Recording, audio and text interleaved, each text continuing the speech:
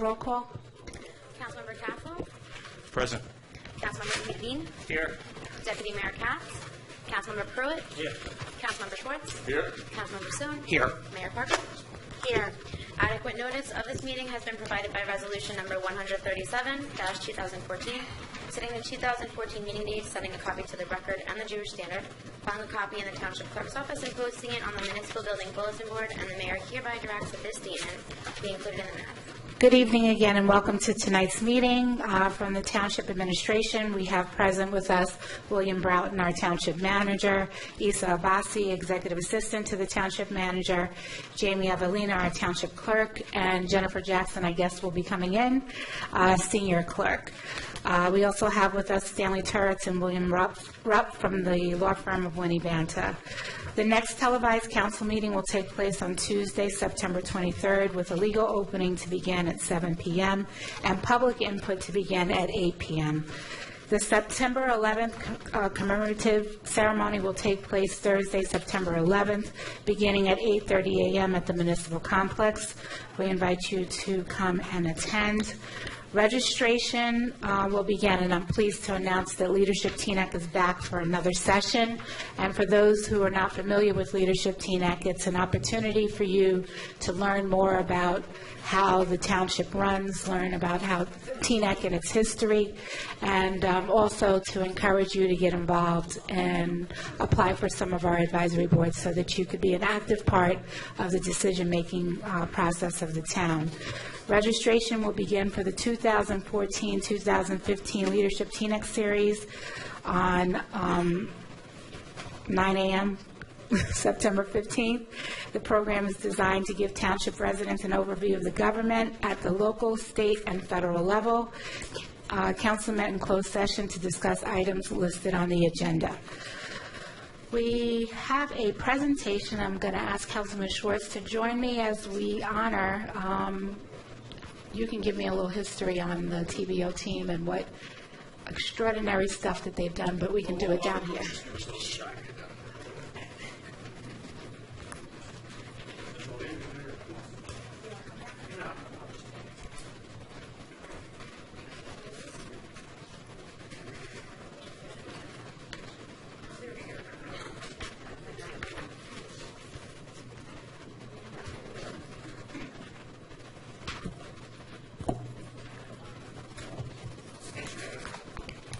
So we have with us today the 8U 2014 TBO team. That's the Teaneck team from the Teaneck Baseball Organization, the 8 years and under team, which represented Teaneck and won the Paramus tournament. I'd like to call up the managers and the coaches for a brief introduction, or they can introduce us. I'll introduce the team. I'll call them up, but if you can give everyone a brief synopsis of what happened this summer and how you brought that trophy back to Teaneck. So I'd like to call up Norm Blumenthal, David Ruditsky, Yudi Scheinfeld, and Avi Vogel. I guess Norm's not here, right? Right. He's not getting an award. Okay, so, all right, David. Good evening, everybody. As you can see, the boys from Teaneck TBO team, this is different than the rec league that everybody plays in the general springtime. These boys come together for the summer, and they play practically every day, so it's really a really big commitment by the kids to go from what they, was more just general basic fundamentals to actually like becoming a real team and gelling. It was really nice to see these boys who, for all of them, was really the first or second time they played this type of dedicated daily baseball event and went from just learning the game to actually going, and for the first time in Teaneck history, actually winning this pretty big tournament where towns from all over Bergen County and New York come and play. TBO has actually been involved in this tournament for over 10 years at many different age levels, and this is the first time that we've ever taken the championship, so we're really proud of our 8 and under boys for accomplishing this feat. So, I wanted to obviously thank the players. I still remember playing Little League for years, and you remember it. People think, oh, it's just a sport when you're younger, but you remember that when you're sitting at that table, you still think you're the man 25 years later because you won that championship. Also want to thank you guys. I coached for 9 years. I stopped last year because it literally takes over your day, I'm sure, and I know, Avi, you spend your 2 o'clock, you're on a conference call, and all you're thinking about is who's pitching tonight, how many pitches has he got going. It really takes over your entire life. I mean, it's the blood pressure thing really gets it going. So I'd like to to present each of our managers, our coaches, and our players with a certificate, and I'll read one of them out loud. The Teaneck Township Council extends heartfelt congratulations to Teaneck Baseball Organization's 8U team on the occasion of winning the 2014 Paramus Tournament Championship, signed by the mayor, the deputy mayor, and the council. Presented to David Ruditsky as manager. Norm Blumenthal as well, who's not here. To our coaches, Avi Vogel, and to Coach Judy Scheinfeld, and to our players who all got dressed in uniform tonight. That's all listening to instructions. Let's call you guys up. To Liev Wallen, and I apologize if I don't pronounce your name right. Come on. And just stand right over here. Turn around. Gabrielle Weinstein. Gabrielle's not here tonight, okay. Oh, Sam Wotelski. Sam.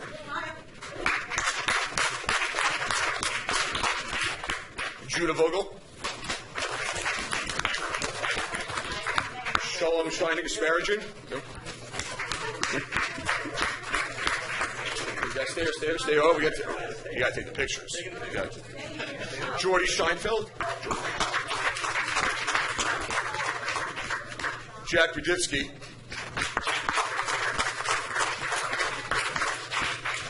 Joshua Markovitz.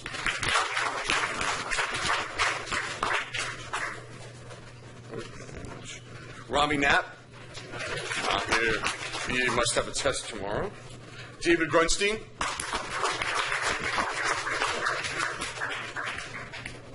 Shai Fields. Noam Ekman. And to Eliel. Congratulations, guys. If you win it next year, you don't need to wear the uniforms. So.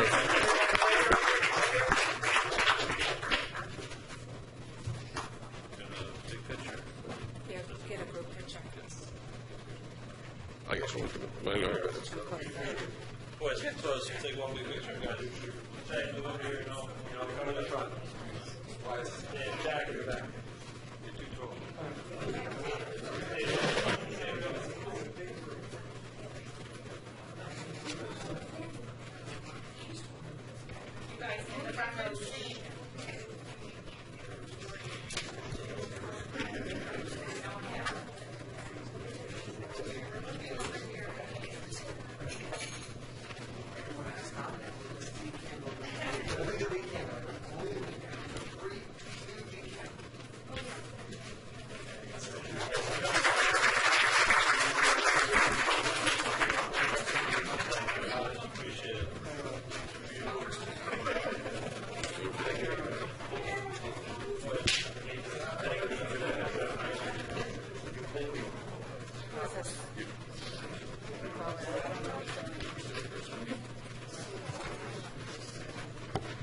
Next on our agenda, we have the 2014 League Conference Resolutions Committee honoring Mayor Lizette Parker. It'll be by the State of New Jersey League of Municipalities and the President, Susan Walters. Anybody here tonight? No? Well, can I read it? I'll read it. The Teaneck Township Council extends heartfelt congratulations to our Mayor, Lizette Parker, on the occasion of her appointment by the New Jersey League of Municipalities to the 2014 League Conference Resolutions Committee, signed by everyone but you. Congratulations. Thank you. I'm honored to represent the township on this committee. I had the pleasure of advocating for a resolution maybe about 8 years ago, so it'll be interesting to be in a different perspective. So thank you so much.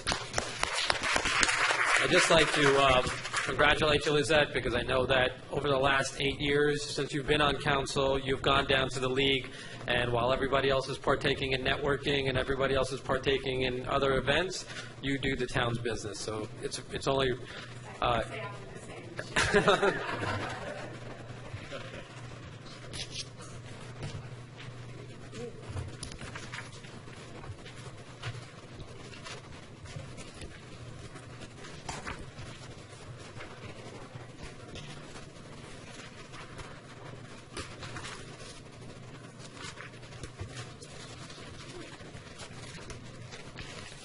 you for those comments, and I was just kidding. I just want to list what we were in closed session discussing: litigation regarding Glen Point tax appeal, personnel issues, and legal content issues. Did I do it right, Stan? I can't read your handwriting. Okay, thank you.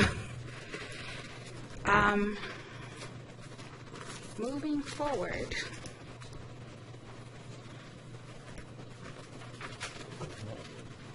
Is it good and well for time already? Okay, we're now at the part of the meeting where we can open up the meeting to the public to discuss any item on the agenda or any item you choose to want to bring up to us. Each resident has an opportunity to speak for 5 minutes, and at the close of Good and Welfare, council will answer or address any concerns that may come up. So I'd like to open up the meeting to Good and Welfare, and I also would like to recognize Board of Ed Trustee Howard Rose, and you can be the first speaker. Thank you. I actually looked for you, and I didn't see you. I didn't scan that far. Today. Thank you, and congratulations to you, and congratulations to the TBO Little League. They are speaking to the guys who are managing it, and they've been in it since childhood. Just amazing and great to see. Regarding the agenda item, I understand that it's going to be discussed, the issue of parking in Teaneck. And it's something that I've been very concerned about for years now. I'll be very direct and blunt that I am against putting, those are all mine, Art. Don't time me for that. Are there any agendas? Okay. You can continue. Thank you. Historically, this issue has been brought up on several occasions. The idea that put meters in generates money, the township gets income, which is a wonderful idea if it were the only aspects to be looked at in that regard. When you talk about metered parking, I'm just going to read quickly, I hope, a letter that I wrote 5 years ago, which reiterated some information when this was again promoted even years before that. Dear Teaneck Town Council, this is dated January 2009. Metered parking has been pushed by a few council members. Now, I understand that this doesn't pertain to where you're at now, but again, it gives my background to what was going on years ago, and I hope it gives you a little bit of thought. Metered parking has been pushed by a few council members for several years, and I don't know why. Are other council members so convinced that this is the way to go? We're told that metered parking will encourage vehicle turnover in the curbside parking spaces. Existing ordinances already take care of this with posted time limits, but you need to enforce the existing ordinances. We are told by one council member that metered parking will discourage curbside parking use by commuters and business owners and their staff. The recurrence of use is obvious. There seems to be selective enforcement, so again, you need to enforce the existing ordinances. The reality is that metered parking will promote parking abuse since feeding the meter enables continuous parking. So again, you need to enforce the existing ordinances. We're told that metered parking will bring added revenue. Yes, it will.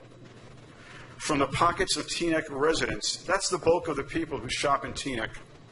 Stop the smoke screens and the mirrors. If you want more money from the pockets of Teaneck residents, call it what it is. A use tax. How many of us welcome another Teaneck tax? We all have a built-in avoidance of inconvenience of finding pocket change, inconvenience of walking to a meter ticket machine, inconvenience of walking back to our car with a ticket stub. We also have a psychological avoidance of going to a place or shopping districts if we perceive that there is an added level of inconvenience. We are told that all the towns with better shopping districts have metered parking, as if the meters made those shopping districts strong. The reality is that those shopping districts are so strong that they can surmount the negative impact of meters. Many of the businesses in Teaneck are already financially precarious, not because they lack goods and services, but because there are alternatives, larger shopping districts in other towns, and certainly the many malls. We need to continue to encourage shoppers to use our business districts. We don't need another level of inconvenience to shoppers. Shopping in Teaneck is convenient shopping. Let's keep it convenient and not implement a policy that will hammer another nail into Teaneck's retail coffin. I believe that the members promoting this ill-advised venture have good intentions for Teaneck, but good intentions in this case just are not good enough. Just as an aside, I look from my vantage point on Cedar Lane across the street from my store. Thank goodness, as of today, I saw a sign. The cobbler's opening up. He used to work with Frank at the shoe store. That means that the 10 stores opposite me now, there's only 3 of them closed, vacant, empty, out of the 10 that are across the street. It's like that elsewhere in Teaneck. We have a real problem in terms of attracting people. There are days on Cedar Lane where it looks like a western village, a western town in the American West where tumbleweed is about to come down the street. It's so vacant, and it's difficult. And this will not help. Parking meters are problematic. Thank you. Mr. Vatsky?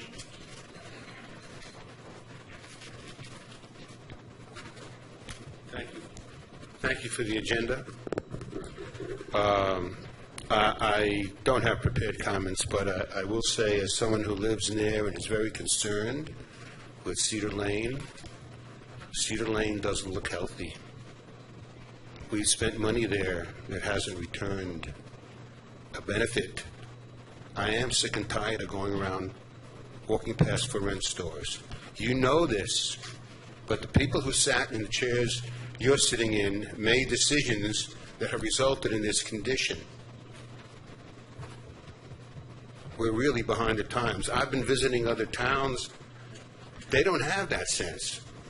They don't have for rent signs. Even, I won't go into specific towns, but here in southeast Bergen County, we are weak. You're the council. Fix the weak part. And I want to add something else. I'm on a committee that's supporting redevelopment and improvement on Teaneck Road. It's in better shape, I would say, than Cedar Lane, but that's not yet good shape. We are far behind. I'm scared. I'm scared for the value of my property. I'm scared for the reputation of Teaneck. When you sit up there, it's in your hands. Another thing I'm scared about. The shooting in Ferguson, Missouri. How could people in Teaneck who were here at that time not see the parallels? Have we done enough to make sure that every effort that could be, we are a town that suffered a riot. Have we done enough in community policing? Have people met our police officers? Really? Are they out in the streets? Are they in the churches, in the mosque? We really need to be able to say our police department is integrated in with all the communities in Teaneck. It would be a mistake if we didn't do something and there was a repeat. The description of Ferguson isn't that different than the description of Teaneck, especially 20 years ago. It's changed since then. I see the heritage of the different people on the council now. That's an improvement. But we're not ready. I understand we don't have dash cameras in any of our patrol cars. That's going to say we have 150 cameras in high school. We have 0 cameras in our patrol cars. Can't we take 10 out? Put them in the cars? It's the judgment that you have to make, and it will stick in the history books what you do. I advise caution. I advise protection. You have the hands of Teaneck economically and politically in your hands. Thank you. Thank you, Mr. Vatsky. Mrs. Akery?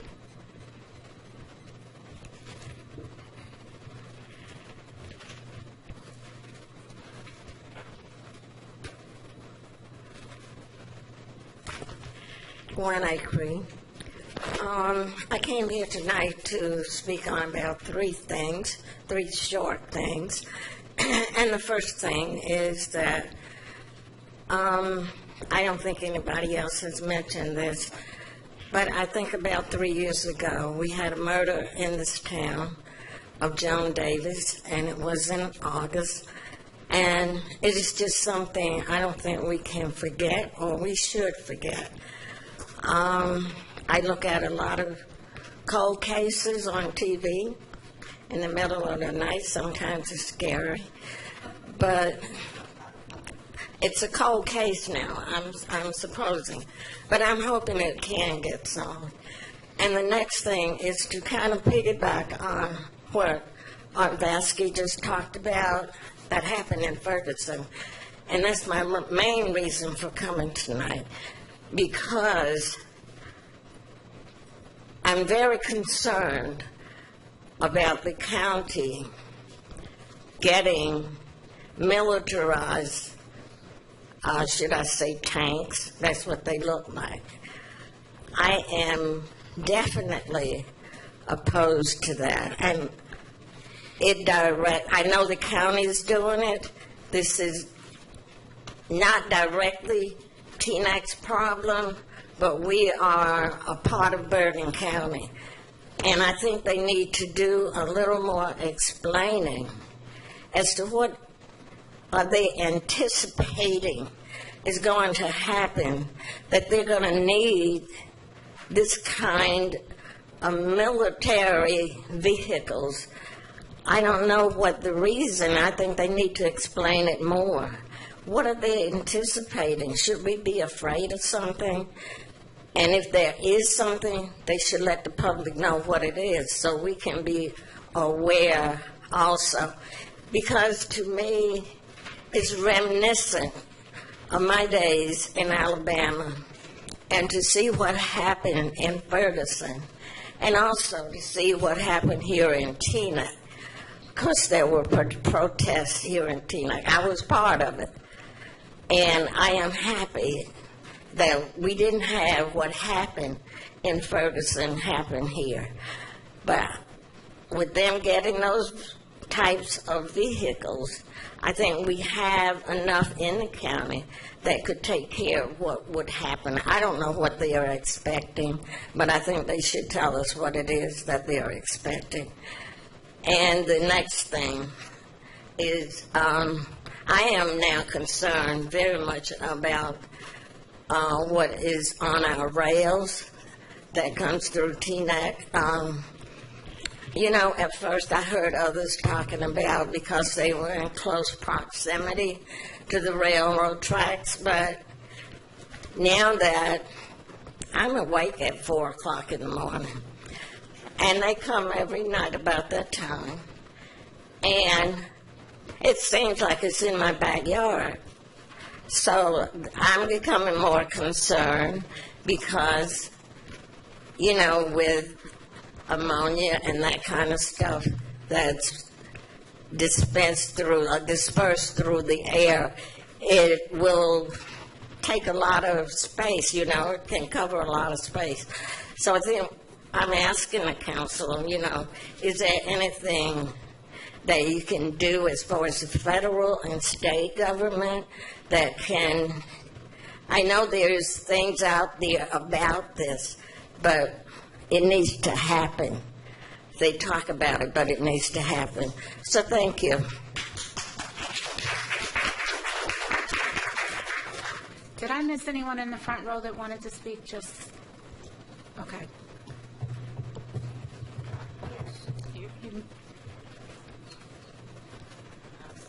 Hi. We're newcomers to Teaneck.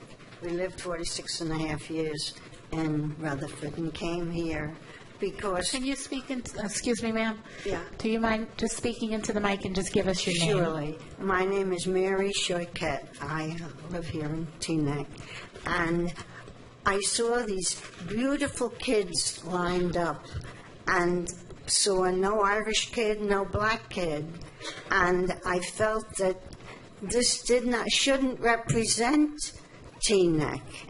I just kind of feel that it didn't quite represent a whole town, although they were beautiful kids, and that's great. But I should think that the people who are directing this ball team should attempt to recruit an Irish kid occasionally and a black kid. I don't know anyone who isn't Jewish who doesn't also like baseball when they're that age. I came because, well, I read in this magazine this morning, it discusses legal cases, and I read about a town which didn't want contaminated gasoline going through their town in tens and tens of containers to be purified elsewhere, because I don't know how many weeks ago, a month ago, in one of these trains had a slight accident, blew up, there was a fireball, and 47 people were vaporized. Can you imagine the strength, the viciousness of that explosion if 47 people were vaporized? And these stupid damn containers go all through the state and at all hours. She complained about, was it 5 o'clock in the morning? We are disturbed by trains going through earlier than that, but this is not the point. The point is that I read in this article, this town, Dryden, was disturbed. It was a quiet, country little New York State town, and all of a sudden there are plans for sending trains through it. The trains have to go somewhere, unless you say, we don't need so much gasoline. Let's invest our money in solar energy. You know, a place like Puerto Rico could manufacture enough electricity to power half of a good many states in the United States, as well as Puerto Rico. And, you know, they're not doing it. I don't know why. There's no pressure. I can tell you because we have a son for whom we are responsible, and we bought bonds for him, Puerto Rican energy bonds, and they're going all the way down in value. Okay, it's our headache. But when I question them, why isn't Puerto Rico putting money into solar energy? They're not. I don't know who owns it.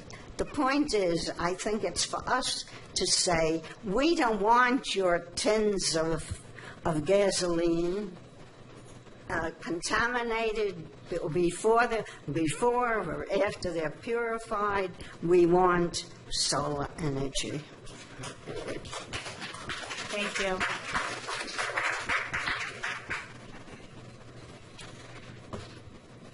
More hands keep coming up. I'm trying to go row by row. Gentleman right here.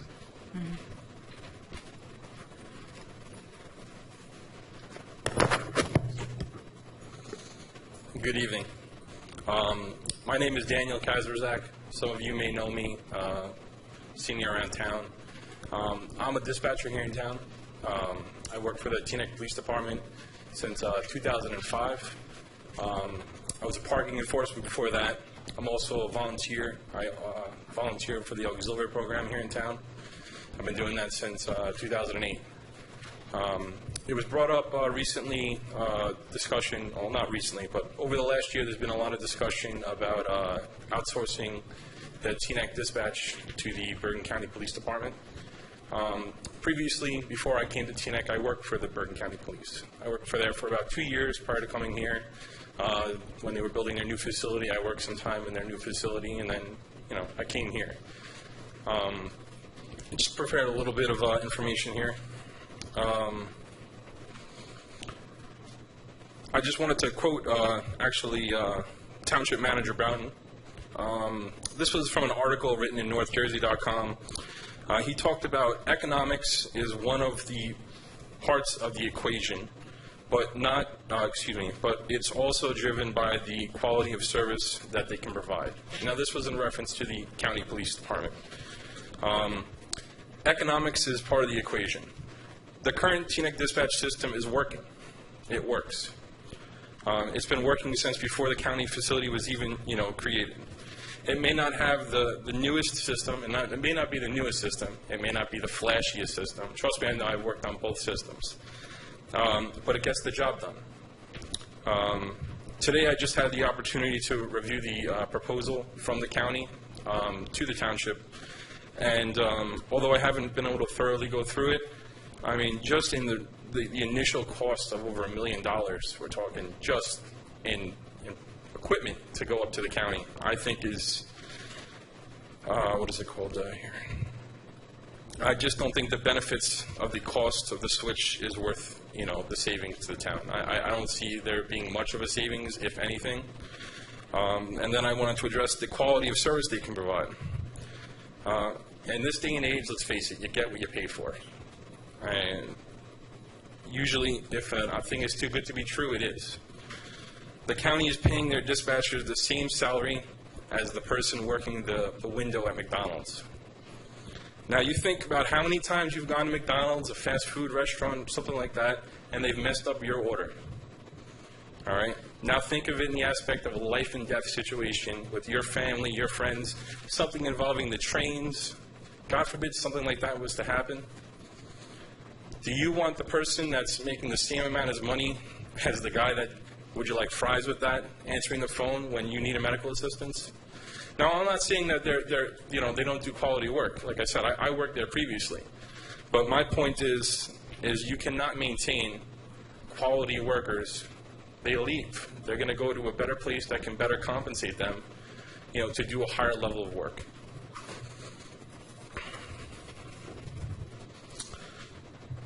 When you currently call the Teaneck Police Department, as many of the residents know, you get a live person right on the phone. I'm picking up the phone going, Teaneck Police, Dispatcher Kaiserzak, how may I help you today? When you call the county, you're going to be ended up with prompts. It's right in the contract. It says they're going to option for prompts. Hello, you've reached the Teaneck Police Department. How may we assist you? If this is an emergency, hang up. That's not anything I think anybody would like to deal with. Not to mention the fact that the town is very large. We are the second largest town in Bergen County. Population-wise, this is from years ago. The county, currently the largest town that they work with is Lodi. Lodi has just over 20,000 people. Teaneck has over 40,000 people. Okay? Now, Teaneck, currently the county dispatches for 11 towns fully. We're talking medical, fire, EMS.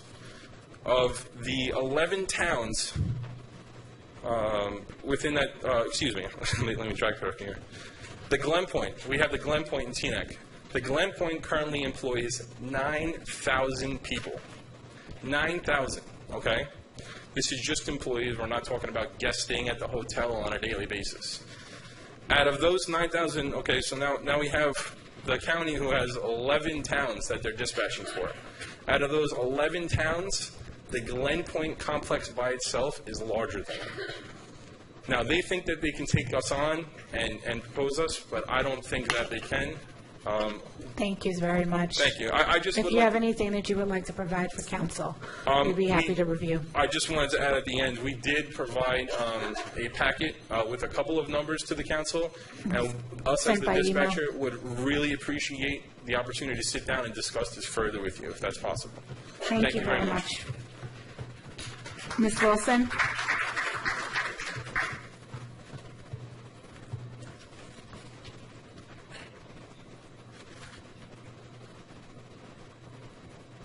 Good evening, Council. Gloria Wilson, Teaneck, New Jersey. I'm really here on another note.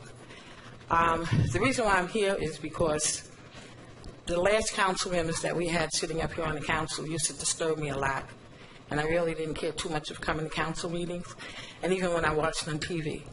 My biggest concern is that I personally have come to 2 meetings. I've also watched on TV the disrespect that I've been seeing going on here with the council. Number one, the disrespect to our mayor. Also, as a female, I don't think she should be disrespected in any way. I think that if any of you have your personal differences and you're behind closed doors, you should discuss it.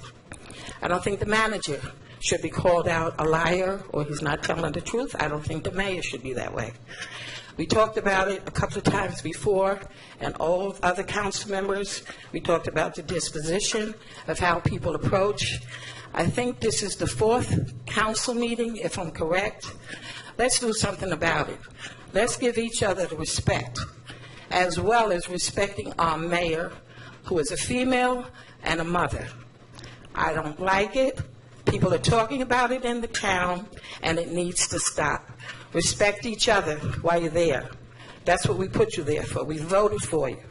We didn't vote for to have the animosity that you might have or the disagreements come out in the public the way it's coming out. You can bring these things behind closed doors. The main concern is if there's a personality conflict amongst anybody on the council, try to keep it behind those closed doors. You can disagree in public, but disagree with it in a public way. The other thing is, I like to thank the manager. We've been having a lot of people from the DPW come down on Ardsley Court. Our street has been looking very nice. Whenever I call, if something needs to be done with the trees, I like to thank you, because our street's a small street, and sometimes it gets overlooked, and the job has been there. Please continue to respect each other on this council. Thank you. Thank you. Dr. Rasheen? After Dr. Rasheen, will be Dr. Hoffman, and then I'll ask for hands, and then, because hands went up after I had started moving back, so. I'd like to speak about disorders and violations in this year's budget approval process. Violations. The open session started on August 12 with the mayor's announcement that the council decided not to cut funding for seniors and children programs and called for a vote for such decision.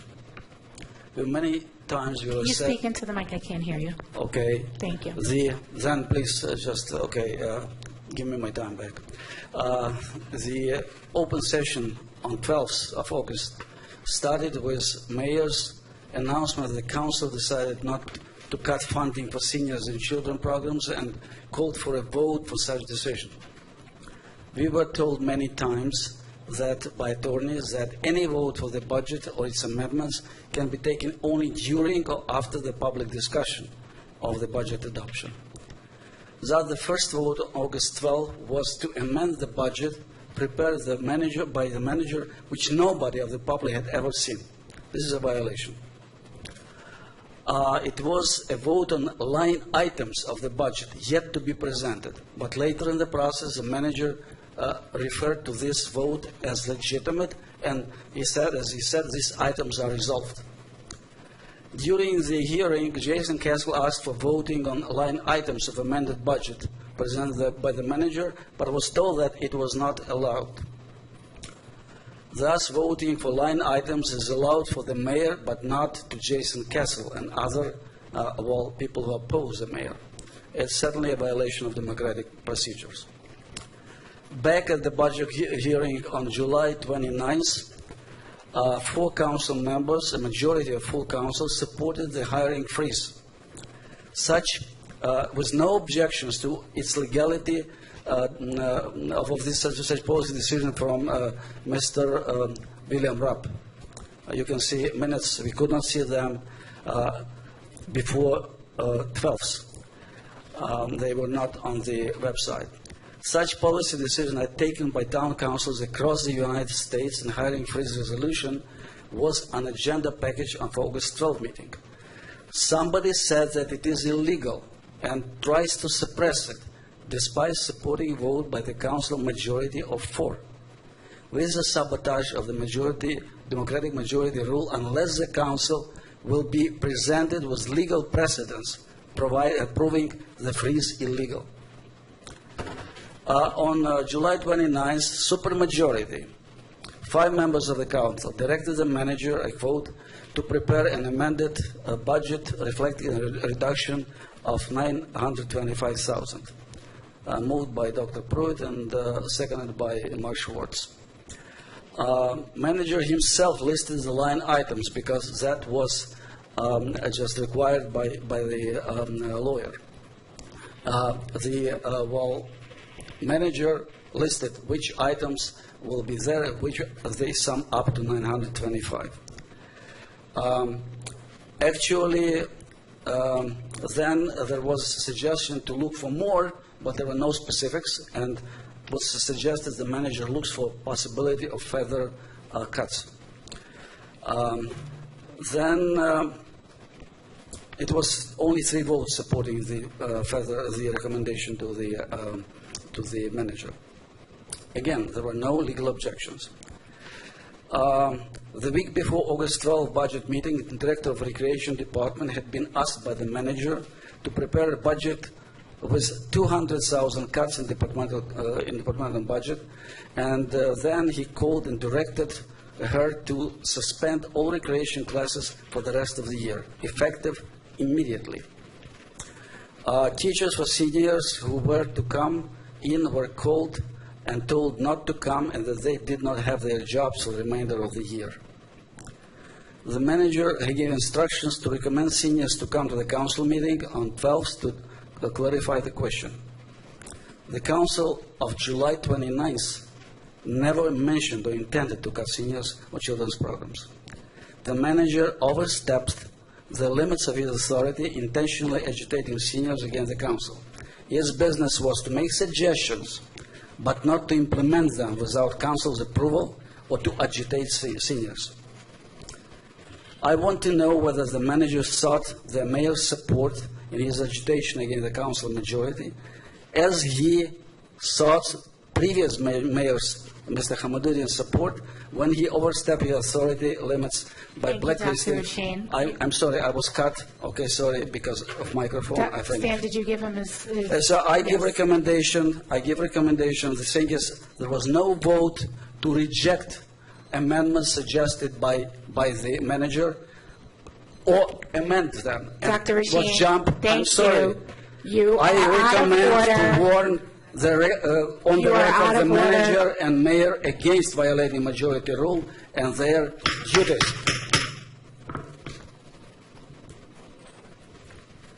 Dr. Hoffman.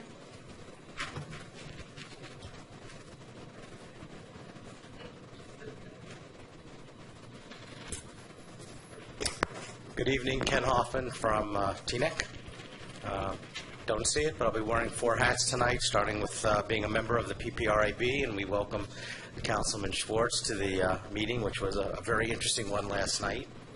I've been asked, directed by Dr. George Wiskakis, our chairperson, to bring to council our recommendation from last night, which is that the board unanimously recommends that council direct the township manager to hire a person to act as a township representative at the Voti Sportsplex, starting immediately.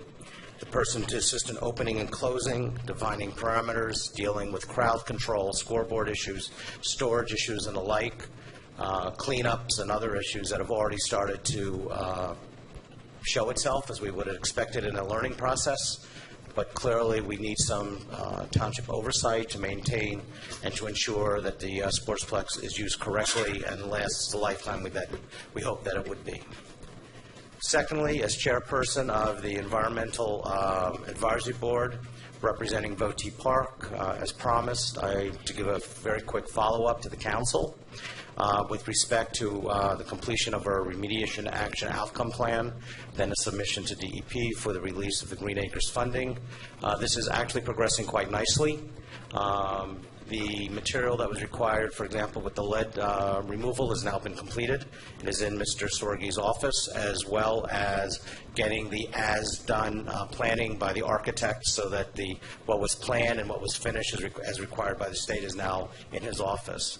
The plan itself is almost totally completed. There are a few things still to be done, and today I spent some time with Mr. Sorgi and Allison, the project manager, and Mr. Broughton and I will be getting together to make the final list so that Mr. Hales can finish up, including finalizing the cap and having the final inspection by Mr. Sorgi and his team so that he can release the RAO, release the permits to the utilities and the municipalities, and then Teaneck can submit to DEP's Green Acres Department to get our $750,000. So that's good news. Number 3, as a member of the board and as a longtime representative of Teaneck Junior Soccer League, I would like to welcome everybody to come, or to urge everybody to come and watch our children play. Playing tonight, in fact, on an absolutely gorgeous facility. Come and watch the football players, come and watch the soccer players. This past weekend we had almost 1,600 people playing and watching the games, and so you can come anytime between 9 a.m. and 7:30 at night to see soccer, and Thursday, Friday, Saturday, and come and watch football. And even in the pouring rain, it's absolutely dry, so it's really great. Finally, as a individual who's been involved in youth sports for 20 years, starting out in TBO, Teaneck Baseball Organization, and moving over to Teaneck Southern for Babe Ruth and other activities, let me just bring out the fact that having been very active also as an umpire, and as the coaches were laughing, this was not the game that I umpired in the finals, but the U9s. One of the differences between TBO and Teaneck Southern is the issue of Friday and Saturday night play. So you do have Seventh-day Adventist children. You have children and families who don't want to deal with the Williamsport experience and pressure of trying for Little League.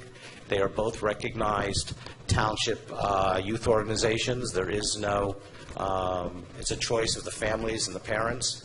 They're both well supported, well play, and in fact the two baseball leagues play each other for a semi-unofficial township championship, and I think there is great coordination between softball, baseball, Babe Ruth, all the way up through high school, just as there are in many of our other township sports. I thank you all very much for all your continued support. I want to recognize the staff, and particularly Mr. Broughton, for all his work, and the council as we get Votee Sportsplex done and the start of Phase 2, because clearly, if nothing else, we need bathrooms. Thank you. Thank you, Dr. Hoffman. Ma'am?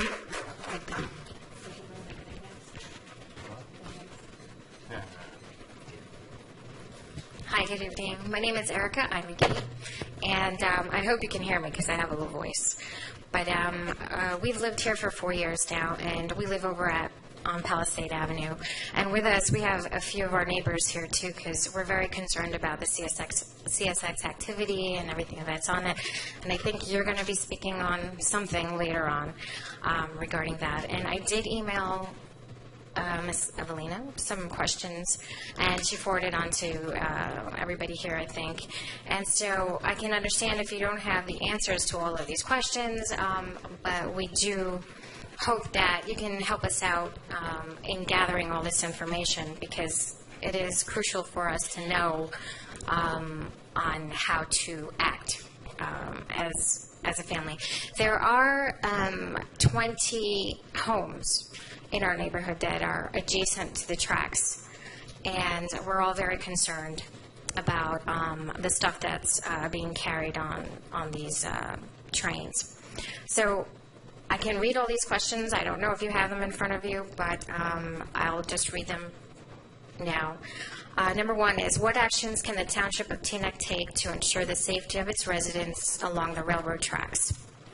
And number 2 is, what regulations are in place to ensure the safety of the residents that live along the railroad, such as train speed limit, because some of these trains just race on by, and it's pretty scary when you hear them making all these funky sounds along the tracks. You just don't know what's going on.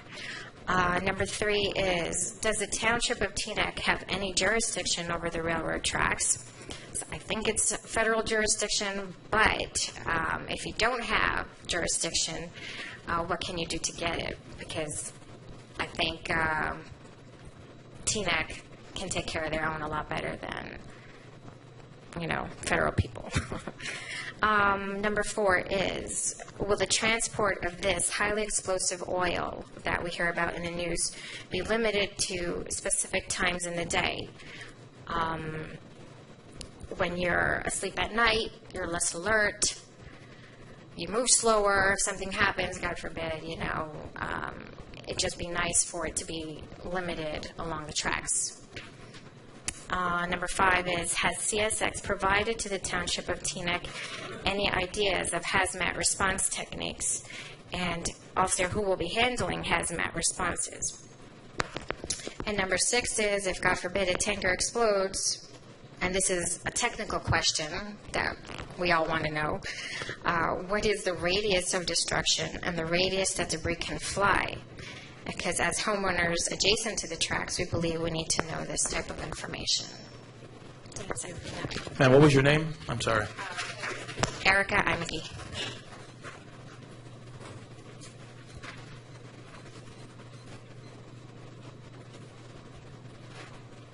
Dr. Tockler? Just from a show of hands, how many people want to speak? 3? Okay. I didn't forget this side. I'm sorry. Barbara Toffler, Teaneck. When I know the audit corrective report is going to, the resolution for the corrective report is going to be passed tonight. One of the things that our accountant said, which is the same thing that every accountant says when giving an audit report, is that there were no material errors, no material problems. My question to all of you, the accountant zipped out the door so fast that I couldn't ask him, is what is the level of materiality here in Teaneck with our audit? And I would like to just read you briefly a little bit about materiality, because a lot of people don't really understand it. This comes from a book called Final Accounting, Ambition and Greed, and the Fall of Arthur Anderson. I wrote it with a business writer, Jennifer Reingold, and it is referred to as one of the best analyses of the financial crisis of 2001, 2002. The person, Duncan, who was mentioned here is David Duncan, who was the Arthur Anderson engagement partner for Enron. Let me just read just a small amount. Duncan also testified that he and his team originally had decided not to require Enron to attribute its $1.2 billion, that's billion, write-down in shareholder equity to an accounting error because at 8% of shareholder equity, the amount was, quote, not material, $1.2 billion. It reminded me of a story a former Anderson client at a Fortune 500 company told me about Paul Volcker, who served on that company's board's audit committee. At a board meeting, Volcker asked the Anderson engagement partner what constituted a material amount for that company. $30 million, the partner responded. You mean if we have a problem, Volcker said, stunned, I'm not going to hear about it until it's $30 million? That's right, said the Anderson partner. So I am curious as to what our level of materiality is in this town. I am assuming it's a couple of $1 million at least that could be just written off as an audit error. So I'll look forward to hearing from all of you what that level of materiality is. I have another issue, and it probably should take a long time, but I'm going to just say this rather quickly. Alex Rasheen raised several issues that I think other people are going to raise about what really are several illegalities involved in the passing of the budget, starting with the fact that in 2009 we passed an ordinance that said no meeting could continue past 11 o'clock unless the council voted for it. The budget was passed at around 11:30, and an appointment was voted for the planning board at, I believe, 12:30. But there were many illegalities, including the issues when Mr. Castle was trying to raise the issue of some amendments.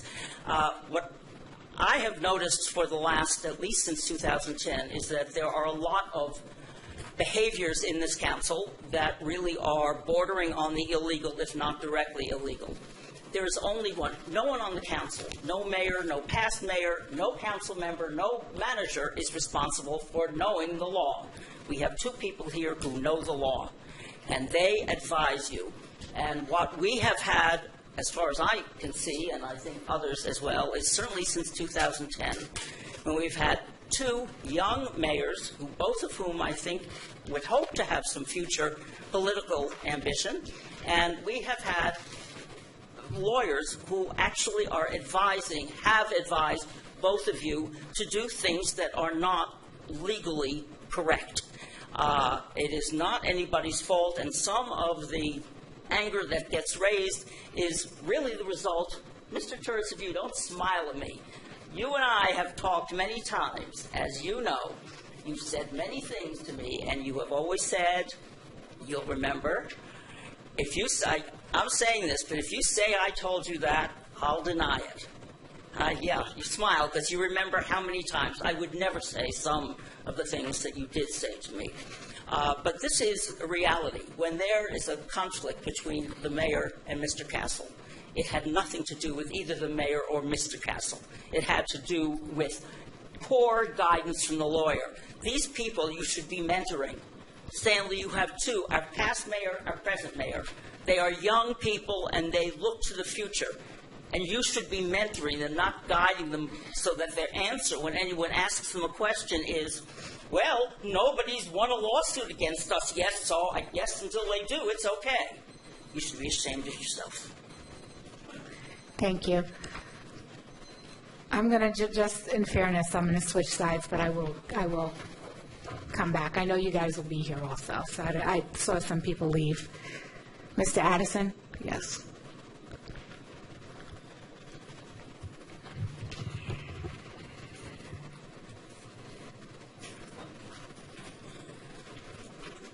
Good evening to the council. The reason I'm up here is because I've been a resident of Teaneck now for 27 years. And for 28 of those 27 years, I keep hearing everything about Cedar Lane. Now, Cedar Lane is a very good place to be. However, Cedar Lane is not the gateway to Teaneck. And the perception is everything when you move into a community. The perception is when you're on Teaneck Road between Route 4 and the Bergenfield border, it's perceived to be Teaneck. We can do better. We need to enforce the same ordinances on Teaneck Road that we do on Cedar Lane. Just the other day, I came on Teaneck Road. There are overgrown bushes in front of houses. The streets littered. There are signs in windows and businesses that are not, I believe, to be legal because they're not conforming to what I believe the ordinance is. If you go to Cedar Lane, you don't see that. So why is Teaneck Road always seem to be an afterthought, and the plaza to be an afterthought, when if you did a traffic study, you'll see on any given day, the traffic that comes up Teaneck Road to get to Route 4, you will never see that kind of traffic on Cedar Lane. So people believe that Teaneck is represented by Teaneck Road. So we need to address Teaneck Road. And someone said that, he's afraid of his property value going down. We all should be afraid of our property value going down because I'm a realtor in town and I love Teaneck. But it's very difficult to sell Teaneck when people coming from New York make a right turn rather than making a left turn. The right turn is on Teaneck Road, which is perceived to be Teaneck. We got to do better than that. Thank you. Thank you. Lillian? Mickey, do you want to speak? I call Lillian, but... So Lillian, Mickey, and then Naomi. Lillian Lewis, Teaneck. Yeah, I'm going to... Yes, I'll be brief. I was going to just first concur with Howard Rose, the first speaker, but I also concur with Ms. Addison regarding Teaneck Road. We must do better with Teaneck Road. But going back to Howard Rose's comment, parking meters.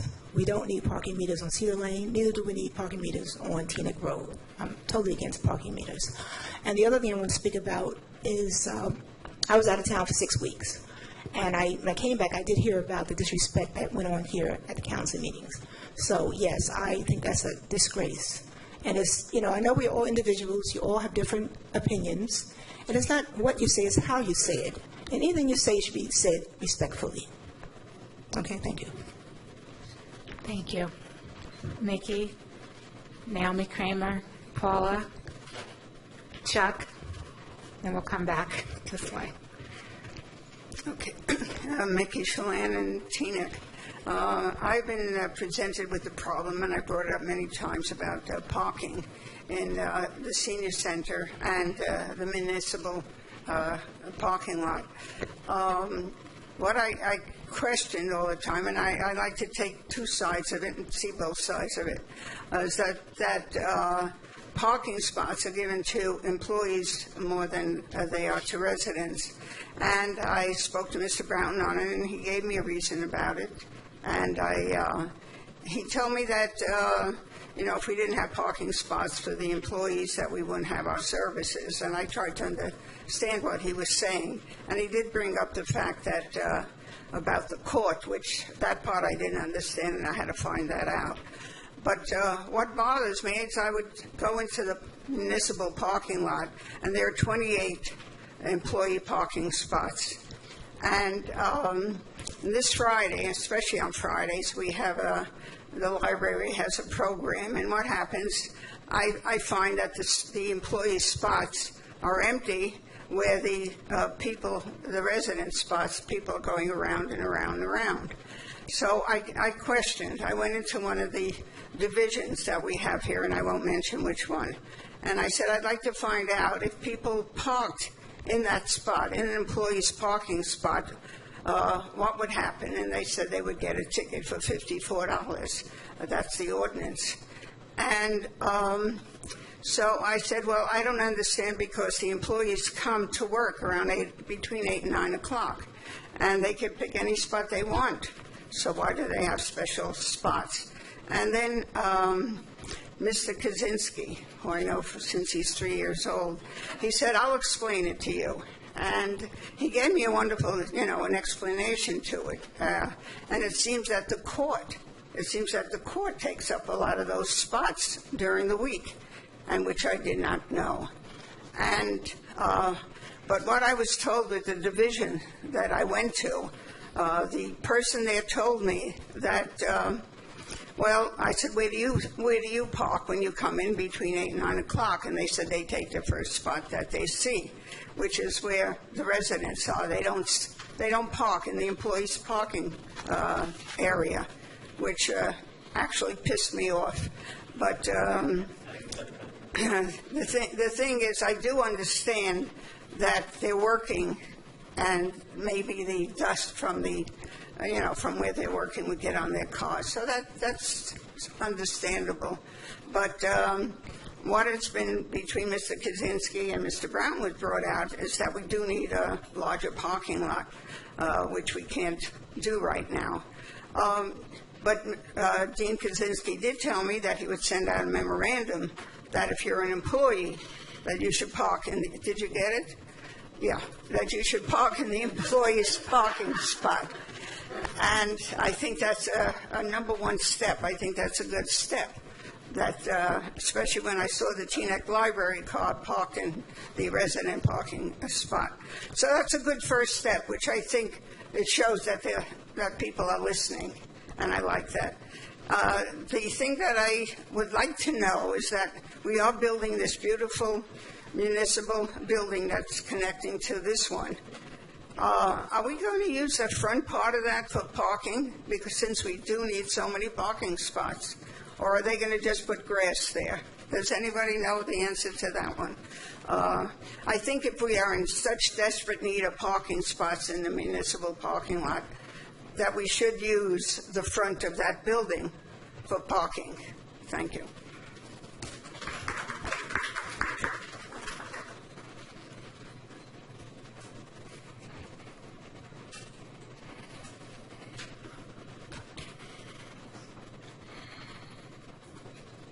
Naomi Kramer, Teaneck.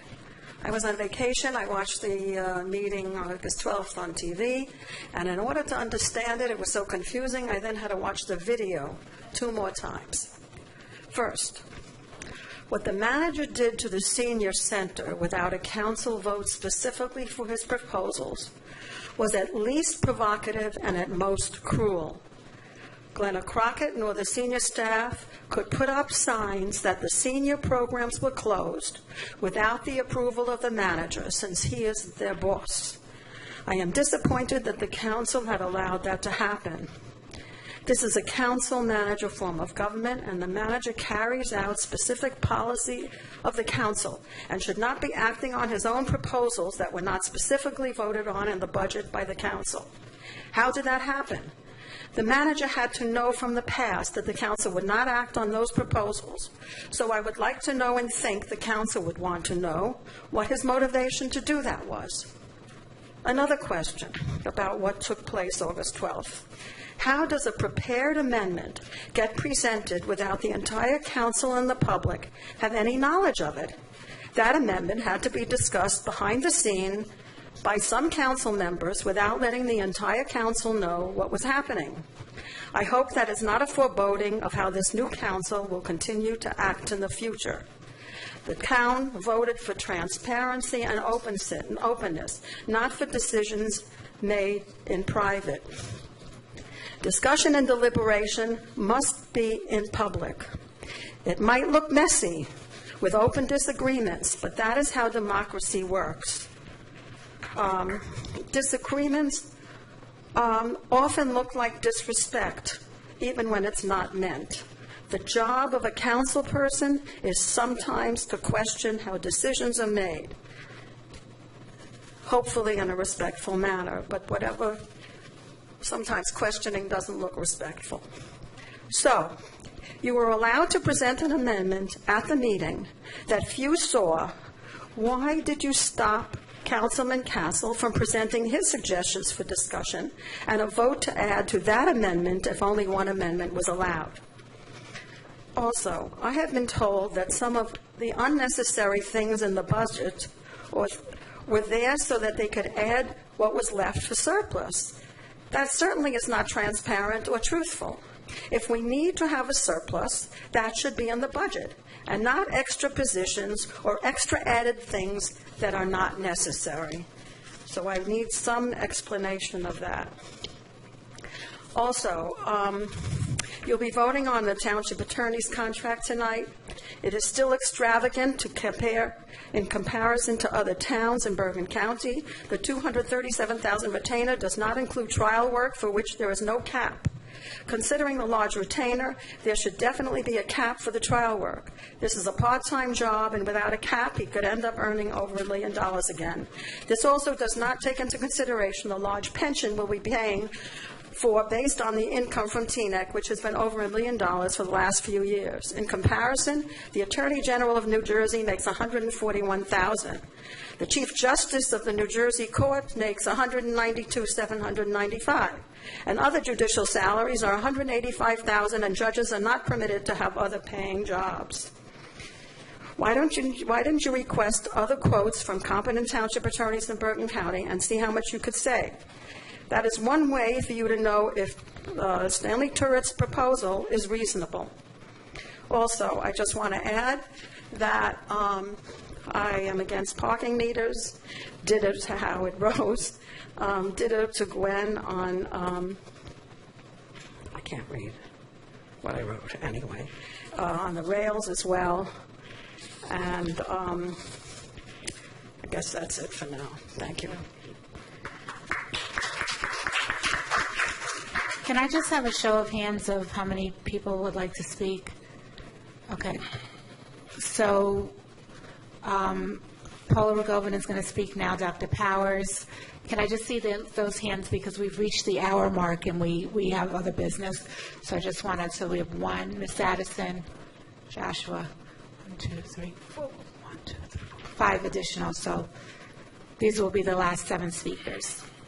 Hi, I'm Paula Rogovin from Teaneck. I'm usually protesting against the war in Iraq and Afghanistan.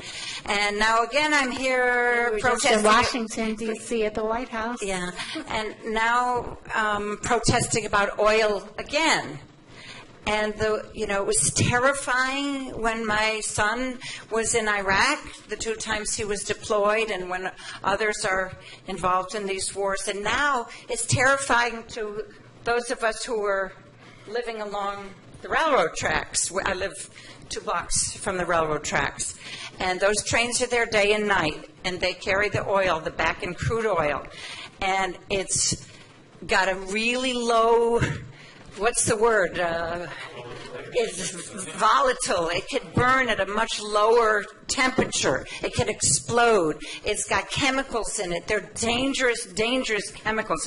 Highly flammable. It's fracking. It's from fracking up in Canada. Somebody said there were 47 people vaporized in Quebec when the train carrying that particular kind of oil exploded. It also destroyed the downtown.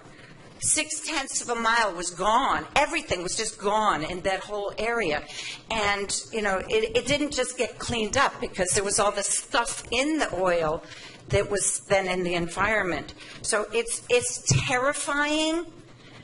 It's kind of terrifying because we always are reading about trains crashing, trains leaking, train accidents.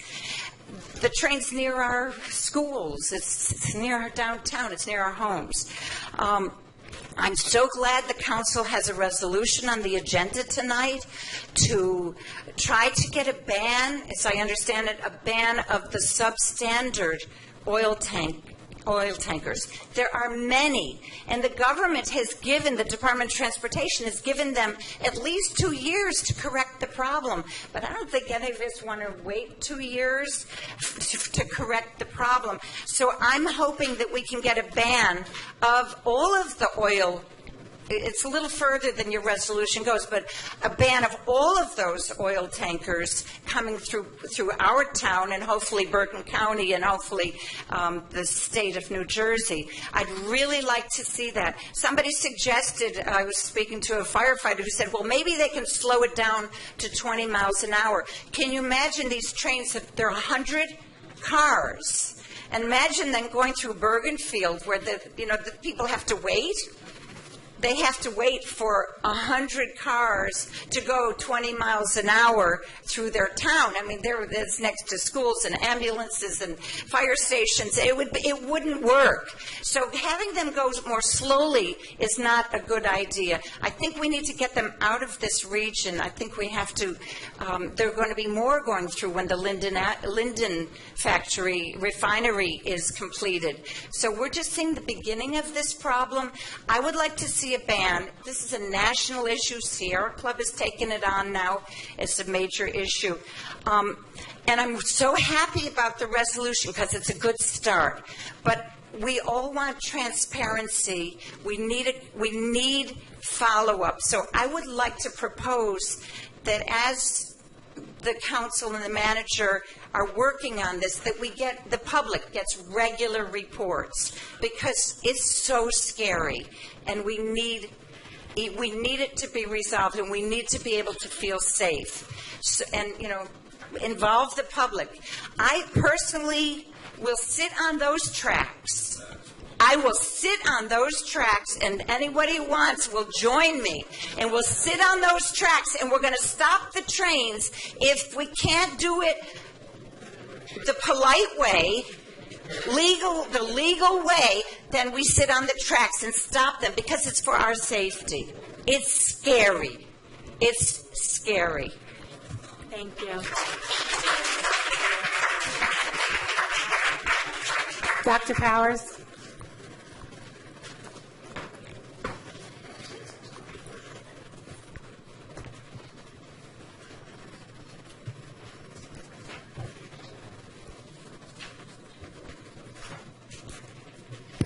Dr. Powers, Teaneck. As always, Ms. Acree gets us off on the right track.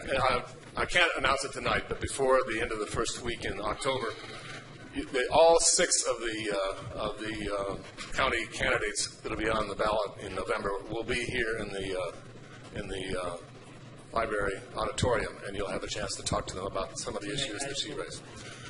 What auditorium? Library. Wait a second. No, it's not part of that. I just want to know what's there. I need my time. Did you reset your clock? The clock? Can we? And that's actually something you had indicated, that the issues of the county were important, Mr. Pruitt. And you also said something in a meeting that almost nobody knows about, the meeting that occurred on the 26th of August. You said that the horse is out of the stable, so we should just forget about it. And you said that about, it's on the audio, you can go look on Teaneck Transparency where you can see the entire scope of all the things that happened on the budget this year, every single piece of it, and including actually the audio that occurred after the cameras went off the other night at the meeting of the 12th, where you didn't finish your work until about an hour and a half after you were supposed to have stopped and decided you were going to go forward. You said that the horse was out of the stable, forget about it. The problem is that you were talking about the budget and the criticisms that were being made of it. And in fact, there were at least 30 violations of the code of this town that occurred that night. Some of them were minor. Some of them having to do with interrupting each other. I believe the only person that didn't interrupt anybody was Councilman Sohn, as a matter of fact. Everybody was interrupting each other, and certainly your attorney was interrupting you all the time, imposing himself. There is a process, folks. There is a process. It's under Rule 10 that tells you how you're supposed to conduct yourselves. And I understand that that code is not even on your website. So I asked the other day for the clerk to give me the most updated version of that. And what did I get? I was told I would get that in 30 days. It's going to take 30 days to find out what the code of this town is. But I actually have the ordinance that was cited as a basis, I understand, for saying that only one amendment to a motion could be made. A motion, incidentally, folks, just to be sure you know about it, a motion to introduce the adopted budget as amended. That is the motion you passed the other night. If you can make any sense of that motion, you're better than I am. You are operating in a situation, folks, where what you are doing is so chopping up the procedures you're supposed to use that the opportunity for a fair discussion and where it is that there's a very clear process for who gets to talk when, and what, if in fact someone's being cut off, that's illegal in your game, except it happens all the time. And I know the former mayor thinks that that's just process. I think it's fundamental, and I believe it affected the outcome the other night. I actually believe that there was an attempt made by your attorney to make sure that Mr. Castle didn't bring his proposal for a major cut in the legal budget. And I'm told this by a variety of residents who think that that actually was what it was. It was leading us not to be able to hear that issue debated. The debate was important. You're also doing something else tonight. You have twice in the last about 8 months, told the manager you didn't want to add $400,000 to $475,000 to what he has available to spend on this, because he had told you that he only needed 3.2 plus the cost of the Iovino contract. Incidentally, the Iovino contract, which I've now spent a good bit of time looking at because of the claim, anyhow, that the township always had planned to go out and buy cabling. If it's there, I can't find it. And you show me where it is that it was said that the townships, as owner contractor, it was supposed to buy the camera. But I see nothing about the cabling, and yet you've been told that several times. Find out where that is. But I also want to point out to you, you have a contract with Iovino that was actually approved, as all of yours are. When you're dealing with professional people, you do them as no-bid contracts, no matter how big they are. And lo and behold, there are 3 other subcontractors on that contract. You don't get a subcontract to a contract unless it's in fact approved by this council. The stuff is out of control with what's going on here. Somebody has to get hold of it. Teaneck Transparency is keeping track of it, and I guarantee you, I'm not going to let it go. Thank you.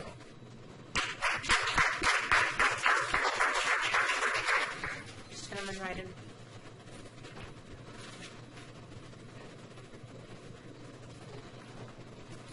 I'm Jan Berry. I live 2 blocks also from the train. I'd like to provide you some factual information from the Hudson River Riverkeeper, which is keeping track of what's going on immediately to our north.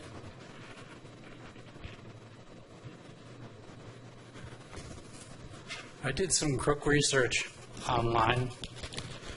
CSX has a news announcement on their website that they plan to install additional tracks to our north because they project they're going to have a demand for 5 trains a day going into New Jersey and on to Philadelphia. There's 2 trains a day on average now coming out of Albany.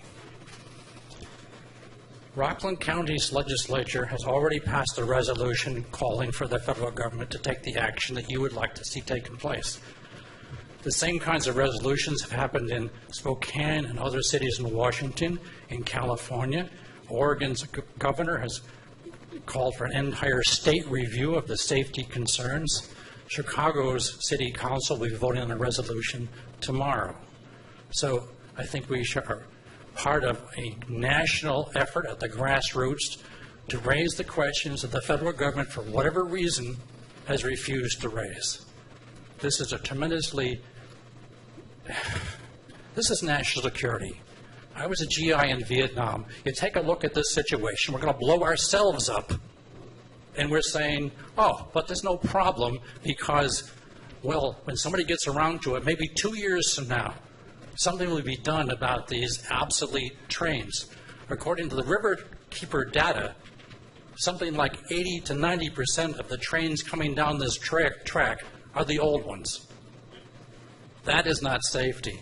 So I encourage you to do an additional follow-through, ask for a public hearing amongst the state legislators to address this, have the state government backing up all of the towns that will need to be part of this resolution. This is something that has changed radically.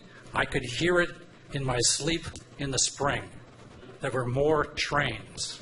I grew up next to a train track, and so I sort of have it in my DNA. What are the trains doing? It'll be twice that volume pretty soon. Thank you. Thank you. Jan Berry.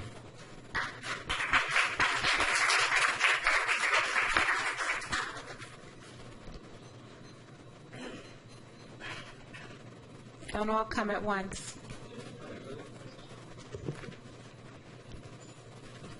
How many additional people would like to speak? Okay. Okay. So 1, 2, 3, Ms. Addison will be the last. Right this time. Huh? Good morning. Joshua Spears, Teaneck. Again, Teaneck football. Can't hear me? Again, representing Teaneck football. I had reached out to Assemblywoman Huddle because there was some discrepancy or not lack of knowledge if the issue on Palisades Avenue was county road or not. And they told me that it is not a county road, so it was within your purview to take whatever action needed to be done. They also informed me that you cannot put in speed bumps. Now, I suggested also rumple strips. I don't know if we can do that there. That wouldn't impede the traffic, but it should hopefully slow it down. And I'd like to hear something back in regards to what's being done with that issue. Also, the pot's boiling with our parents. And before you guys start hearing more complaints, I think you need to be a little bit proactive here. A week ago, we had practice on the artificial turf field in the sports parks. The lock on one of the gates would not work, it was malfunctioning. But from what I understand, the soccer teams have been directed from the rec center to tell football to go around the outside and enter from the opposite side of the complex. We never received anything from Ms. Crockett or anyone else saying that that was the procedure for entering that complex. And obviously it's not a good look, because if you look at our makeup, it's primarily minorities. And when you have them walking around to come in what looks like the servants' entrance in the back, it's not going to look good. They're complaining about that now. Also, during the Jewish holidays coming up, I don't know with the Teaneck Soccer Organization if they have all the permits for the field during that time, but if they do, and they are unable to use the fields because they're observing their religious observances, should we be able to use those fields, or any other organization in town be able to use those fields during that time? That's all I have. Thank you. Thank you.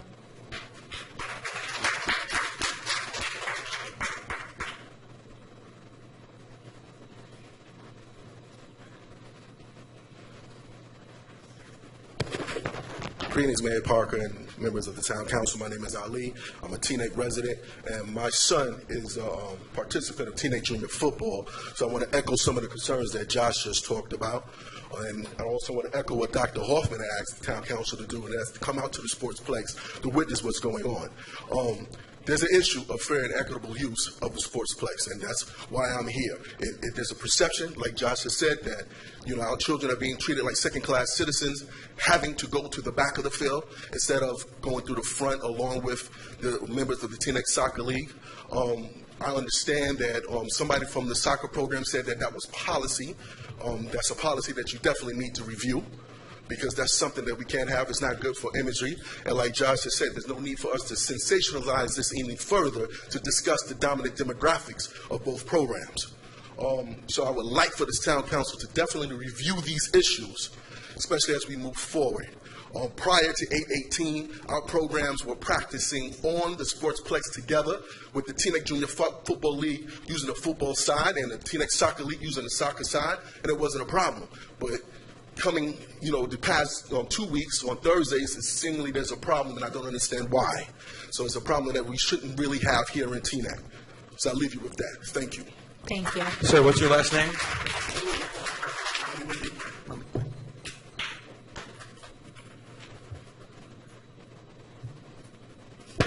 Jimmy, and then Ms. Addison.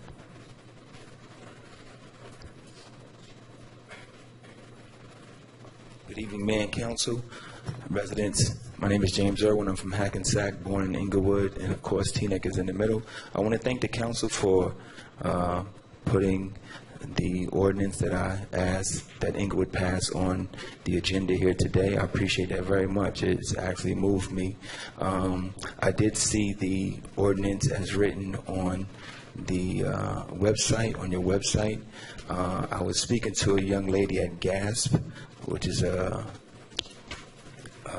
agency out of Summit, New Jersey, and she suggested that maybe the lawyers might want to look at the term electronic cigarettes and defining that, as well as, I don't have the ordinance on me, but the reference that's might need to be more specific as it refers to tobacco products, because persons under the age of 21 can get products such as the patch. You might want to distinguish that, FDA-approved patches and Nicorette gum. So those are two things that the lady from GAS suggested. I did put it on Facebook and asked folks on Facebook from this area to comment if they had any comment. Received 25 responses, and I'll just read a couple. One in particular was, most people were in favor of the passing the ordinance. For those who don't know, I asked the council to pass an ordinance similar to Inglewood, stating that they raised the age to buy tobacco products from 18 to 21. Some would say that folks can go to war at 18, and that is true, but I think that safety and health concerns and issues of insurance and just the well-being of all of us. Okay, that they did a similar thing with drinking. They raised the age to 21. I don't know what year, it was some time ago. And so I asked that that be done along with Inglewood for it to have its desired effect. Amen. If they're going to do something in Inglewood, I asked it to be done in Inglewood. I asked it to be done in Teaneck, and I was at Hackensack's council meeting last week, and hopefully they will be doing the same. One young lady did agree. She was a smoker of 30 years, and she suggested a caveat that there be some educational training at the younger ages via the Board of Health or whatever programs that might be available to the town via the state or grants to deter children from smoking at a younger age, even younger than 18. So I ask that the council look into that as well. So I thank you for putting the item on the agenda. I again ask that it be passed unanimously, and I just thank you for the time. Thank you. Thank you. Mrs. Addison.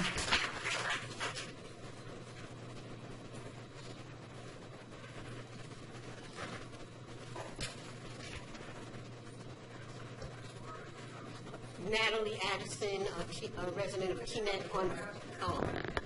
My name is Natalie Addison, resident of Voorhees Street in Teaneck, and I just coming to get a follow-up of a petition that I had submitted, I think, 3 meetings ago on the council and looking and doing something about the parking on Thursday when we have our street cleaning, and the commuters to New York are parking on the first block, and they're not able to perform or do a proper street cleaning.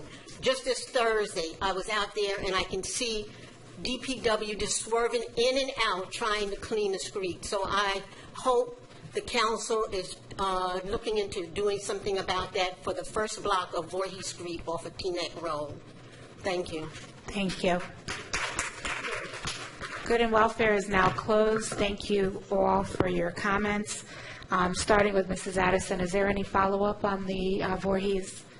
Yes, on Voorhees, we're still working on that issue. We have to prepare official surveys to go out to the residents. But I would like to speak to Ms. Addison, so I'm going to ask you. So, Ms. Addison, if you could reach out to the manager. With respect to the sports leagues and entrance on the field and scheduling conflicts as far as use of fields. I was aware that there was a problem, but I was under the impression that the problem had been addressed. But more so than it being addressed, I know in the past that the sports presidents used to get together and talk with the recreation superintendent about these issues and address them collaboratively, and I would like to see us to go back to that, especially now with a new amenity, so that there's a clear understanding of policies and procedures for all of the leagues, and so that all members feel as though they're being treated fairly. Okay. What I'm going to do is I'm going to have a meeting with the football parents to discuss some of those issues. I have been speaking with Mr. Clark and Ms. Crockett about issues surrounding football and scheduling and use of the field. Before we actually solidified the schedule, we did meet with coaches and come up with an agreement on when the field would be used by football and when it would be used by soccer. We thought that was a good agreement. The coach said it was okay. But recently we made an amendment to that agreement, and soccer gave up some of their time on the football field. I mean, one of the big issues is soccer. There used to be 2 soccer fields. Now we have 1 soccer field, and soccer has 900 kids. So we're trying to make sure that football gets enough time on that field so that they can play and the football kids can experience playing on that type of field, and so that program can expand as well. I think as we move forward, we'll continue to work on it and try to get you as much time as possible on the field. I think another thing the council needs to consider at some point is we need another soccer field. And that soccer field, soccer is a really, I mean, it doesn't have to be an artificial turf field. It just needs to be a field, a decent grass field. And I'm not talking about a very expensive artificial turf field. We may have to consider an additional soccer field, just a normal grass field, maybe not in Votey Park. So we may have to have that discussion at some point. There's a lot of kids playing soccer, and this program's expanding. I'd like to be present at that meeting. When So you meet I'm with going to the set that parents. up. Okay. As liaison to the PPRAB, can you also let me know the time of that meeting, please? Yep, I will. Madam Mayor, if I could just chime in for 1 second. Sure. Just so I know, there's no policy that this council made that we're aware of that, had kids going to the back. So that's news to us. Let me speak to that. I could speak to that. I think that it deals with more of the design of the field. The field set up one side, the closest side to Palisade Avenue is a soccer field. The other side is the football field. So to get to the football field, we don't want people who are not going to be playing to walk across the field, because only the people playing should be on the field. So the entrance to the football field is on the opposite side of the field. I mean, and that's just by the way it was designed. It wasn't to diminish football or anything like that. We just didn't think, we wanted all the sides of the field to be able to be used for play. So if you look behind the soccer goals, you look behind the football goals, there's almost another field back there. We didn't make it so you could walk back there to get to the other fields. We want that area to be used by soccer and football for practicing, for training and other uses, as opposed to citizens walking in the inner grass field. So, I mean, I'd be more than willing. We're going to have a meeting about it. We can talk. And we can. Yeah, but let's have a discussion. We'll have a discussion about we that. will address it, because again, we don't want students or parents to walk away feeling that they're being treated unfairly and having to enter in through a back door. Certainly, that is not the intent of the council or the administration of this town. So that's something that will definitely be addressed. As far as parking meters, I got confused. I thought maybe I saw a different agenda. Parking meters is not something that we're discussing at this time. It's one of my council listed Oh, items. okay. All right. Well, I guess you can address that. As far as Teaneck Road and Cedar Lane, I don't think that anybody on this council has any preference to any particular business district. We also have two additional business districts, which is West Englewood and the DeGraw area of town. Listed later in our agenda are council-listed items by myself and also Councilmember Sohn on how we're going to look at economic development as a township, and not just exclusive different areas. Cedar Lane is special in that they are a special improvement district, so they have a dedicated funding stream that does promotions for their businesses on town. But definitely, if you want to say, we're lacking on all business districts right now, because there's no township entity right now that is focusing on economic development. And I think that it's something to avoid in, and it's going to be corrected. But definitely Teaneck Road will be a part of those discussions. So, and CSX, I'd like to thank everyone for coming in and expressing your concerns. Paula has been giving me weekly, daily updates about all that she's doing, as well as the Sierra Club and other organizations. We do have a resolution on tonight's agenda asking for a moratorium on this dangerous oil, especially for the tankers that are defect.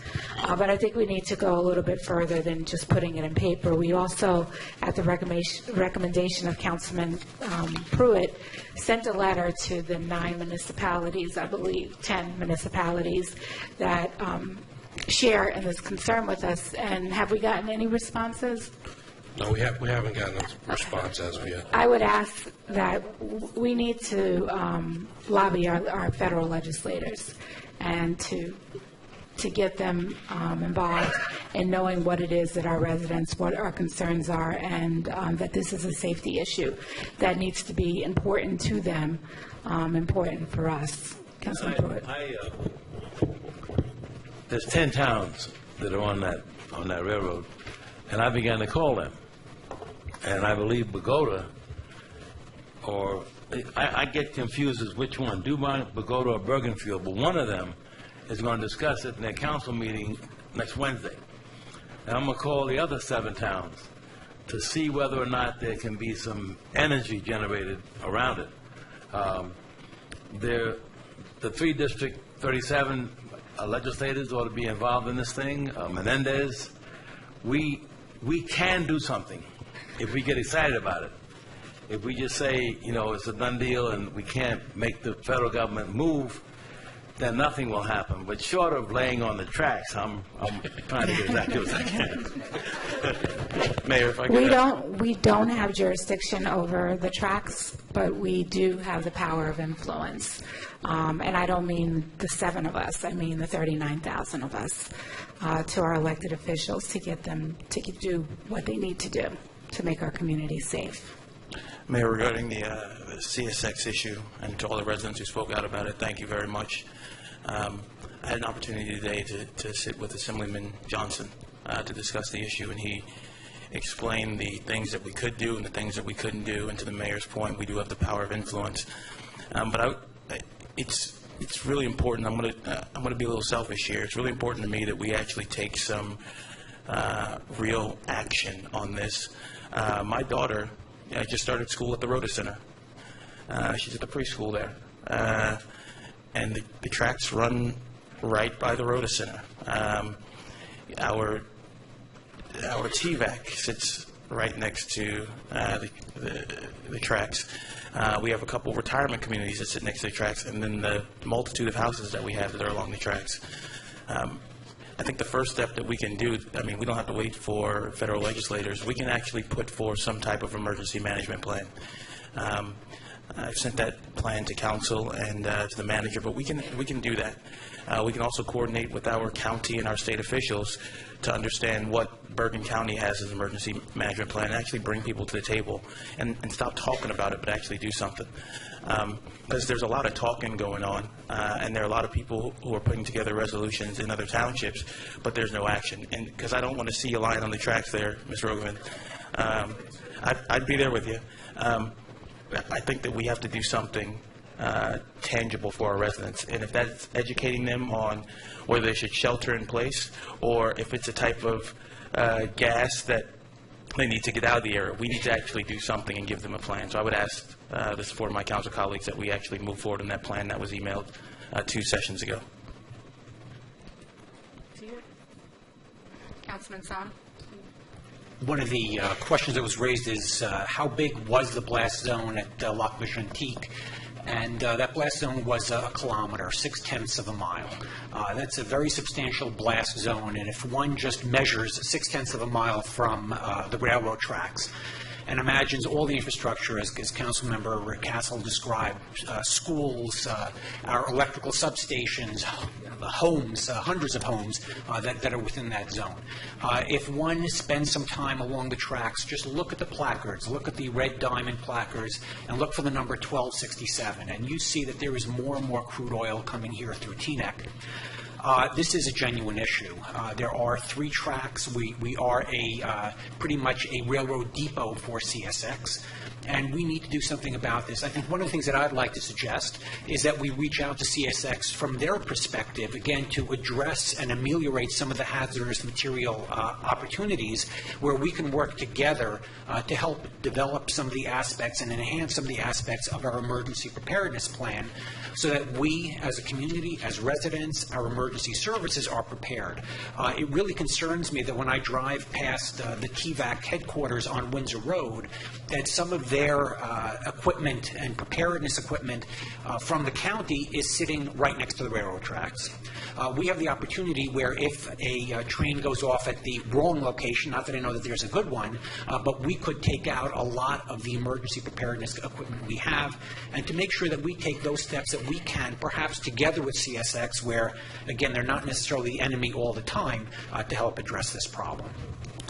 And can I add, when it comes to CSX, we are working with CSX on this issue of preparedness and response. Actually, right now, one of our deputy fire chiefs is in Pueblo, Colorado, taking a course on dealing with fires from crude oil that is being paid for by CSX. Also, Teaneck is one of the locations where we house the county foam truck. So we do have the capability of responding quickly to put out such a fire with foam. Also, we have our own special equipment with an additional 3,000 gallons of foam to put out a fire as well. And our fire department, thank God we have a full-time career fire department. This is something they train on, and they're ready to respond to these issues. Councilman Schwartz. I suggested last month a suggestion I think that Mrs. Rogren mentioned. The only way you're going to get CSX attention is if you really get their attention. Her idea, which I indicated to council in August, was that if you actually walk on the tracks. If you walk on the tracks, I've walked on the tracks before. I slept many a night at TVAC, and I've walked on those tracks before, and I assure you, if you walk on the tracks for about 20 minutes, the CXS police will come running, and that will get their attention. The manager has indicated, we've met with CSX before, and the sad thing is I'm actually being quite serious, because we've met with CSX before, and I believe the manager maybe verified that it's really like talking to a wall. I mean, this is a major entity, and not federal or quasi-federal. This is a major entity, and frankly speaking, they really don't care about Teaneck. If you want to get their attention, you need to do it that way. I'll gladly be in touch with you.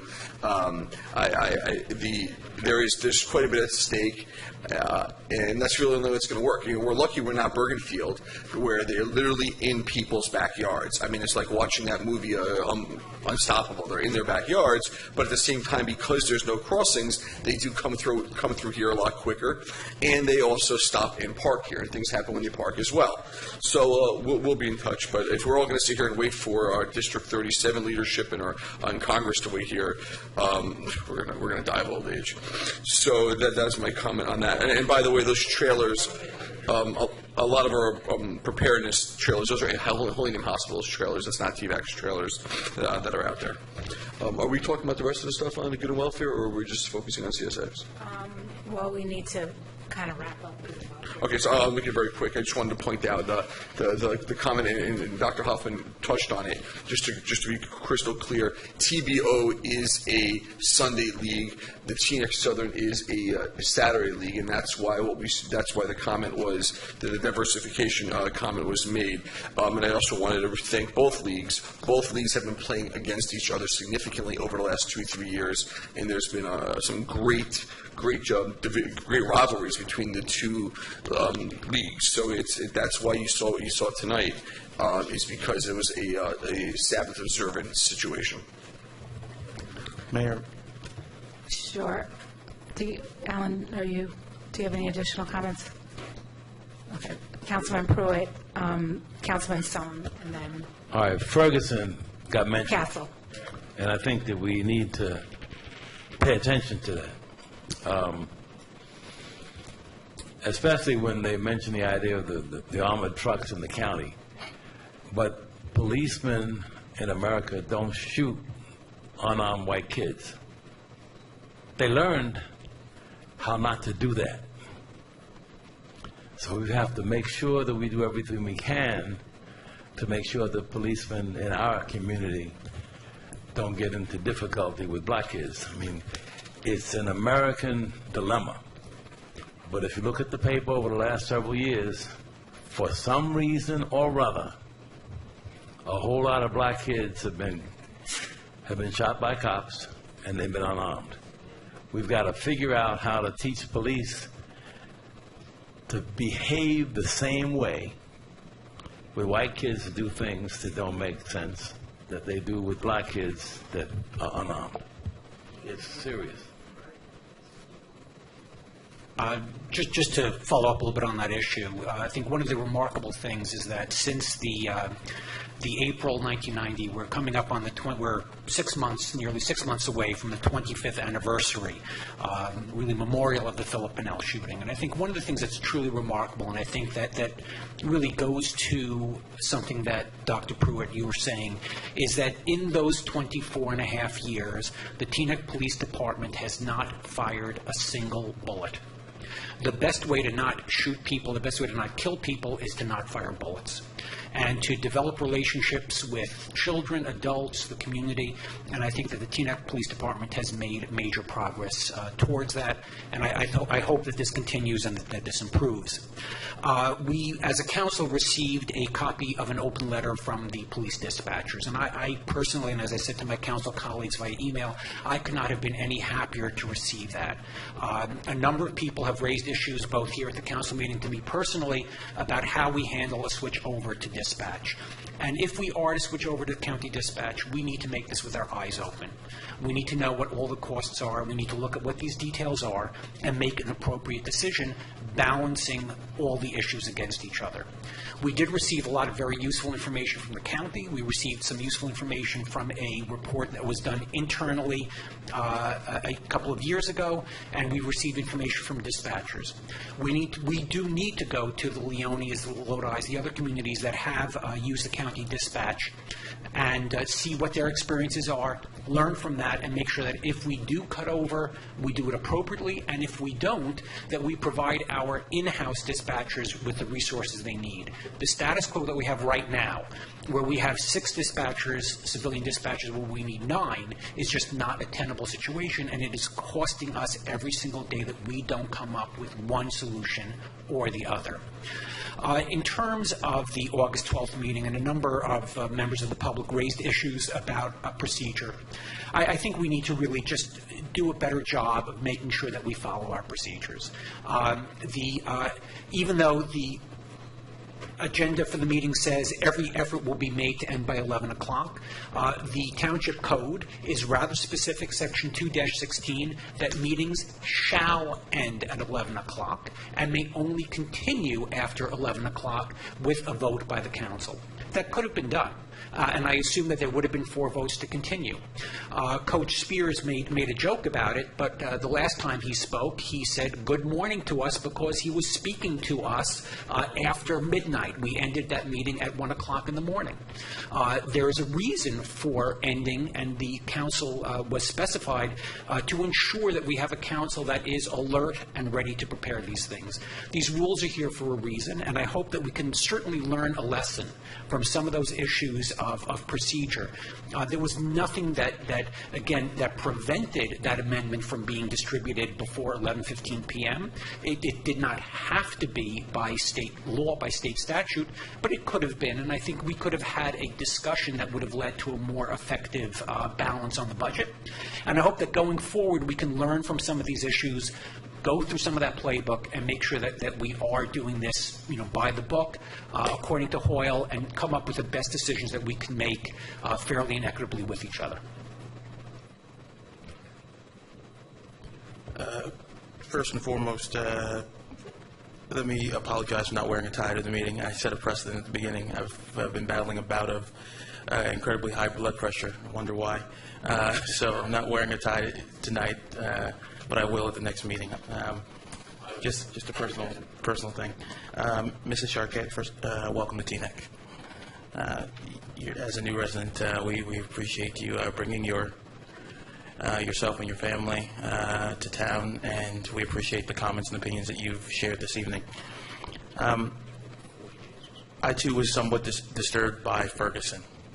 As a military veteran, I was disturbed by the imagery that I saw of a militarized police force because the combat gear that I saw them wearing was the exact same gear that I wore when in the combat theater of Iraq and Afghanistan. We put on gas masks because we knew we were going to use gas. We use semi-automatic weapons because we would carry semi-automatic weapons, if not automatic weapons, because we intended to use them. And perception becomes reality. And when you start from a place where it seems as if you're putting forth martial law or some type of militarization of your civilian population, there's a problem. I was also concerned about Ferguson, yes, because of the optics and the reality of race. I won't be as provocative as Dr. Pruitt was this evening because I think that we do have a problem with young black men being gunned down by police officers. I think that we have a bigger problem in our society where we have to better inform our youth and educate them about these circumstances. Mr. Vatsky mentioned body cameras and dash cameras. Forgive me for being teary-eyed here, but I was the victim of some, I don't want to say police brutality, but I will say I was profiled. And it was a dash cam that saved me. Because in the eyes of a police officer, I was a young black man driving a nice car, and it clearly could not have been mine. So there's something that we can learn from there, and I think that we have a great police force who has not fired a single bullet in the past. I think it was 25 years, and I think that that's something that we should commend them on. But we should also give them the resources that they need to connect with our community, so that so that you're not just seeing a police officer when you're in need of a police officer. Maybe you're seeing a police officer because he's asking if that repair was done to your house, or just shooting the breeze. I want to address Mr. Kasperzak. When it comes to police dispatch, police, fire, and emergency dispatch, please understand it is our highest priority to ensure that if we do move to police or to county dispatch, that we maintain, if not improve, the level of service that's being delivered to the township currently. To that end, we dedicated a great period of time to the discussions that we had independently when we toured the police or the dispatch facility to ask if jobs would be extended to our dispatchers, because we want our people dispatching for our officers and our emergency response at that facility. And it was clearly stated to us that as long as the requirements were there, the requirements were being met, that our dispatchers would be looked to first. And if there was a situation where there was a deficiency in their level of certification and what we maintain as a township, that training would be offered to dispatchers. So that was a tenet of the conversation that we had. This is not about cost, it's about service. And one of the things that we also recognize is that even if we hire 3 additional dispatchers, we are somewhat deficient in our technology, and the burden to our residents from a cost perspective would be far greater than anything that any one of us any resident would be willing to accept. In the millions of dollars. You had brought up the concern that the initial cost of equipment exceeded $1 million. I asked this question 3 times when I was with the captain up there. Do we have to invest in any equipment? No. We will give you the equipment that is needed. I said, can we put that in the contract? Everything needs to be laid out. It can't just be a conversation and a handshake. He said, we will make sure that it's in the contract if you do go this way. So it was told to us that there would not be an initial cost that would be incurred. If your research says that that is not the case, I want you to know that the open letter that was forwarded to council, I did forward to county dispatch and asked them to respond. That was done a week ago. And we received the letter, and I've been in communication with them, and they are going to respond to that letter. So I want you to know that, as Councilman Stone said, this is something that we're going into eyes wide open. I want to address the concern that Ms. Wilson brought up and a few other members about disrespect to our mayor. Ms. Wilson painted in the concept and painted it as disrespect to our female mayor, who was also a mother. I will say this: I'm the product of a single parent. My mother raised me by herself, and there's something that I have now and I will take to my grave, and that is respect for a mother, respect for authority, most importantly, respect for a black woman. And often, asking questions is perceived as being disrespectful.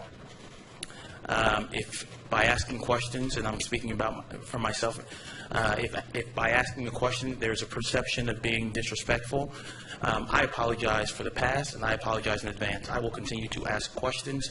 I beg your forgiveness if I seem passionate about the questions that I'm asking, because these issues matter. I do not think, maybe it's just the seat, but I sometimes feel as if I'm receiving the same level of disrespect sitting in this seat that our mayor received when she sat here. So maybe it's just the locale. At the August 12th meeting, I asked if I could make an amendment. I asked if I could introduce an amendment, and the mayor told me no. And then the attorney said that we couldn't do it. There's a whole host of stuff that went wrong on the August 12th meeting. But as I was advised earlier this week, everything is perceived to be above board unless it is challenged. I said at the last meeting, I will challenge it behind the scenes, on the record, and I will do that. But if you as residents feel as if there is something wrong, I encourage you to challenge it as well, because this is our town. You've elected us to serve you, and if you don't think that we are operating under our code, please hold us accountable. Hold us accountable for our actions. Hold me accountable as a man for my demeanor. Please don't hesitate to hold us accountable. But I urge you, I implore you, if you feel that there is something that is wrong with our proceedings, challenge us on it. Because there was a lot of stuff that was wrong on August 12th. I'm going to enter onto the record this evening the amendments that I tried to make on August 12th to the budget. A number of residents have asked me for them, and I forwarded it to them.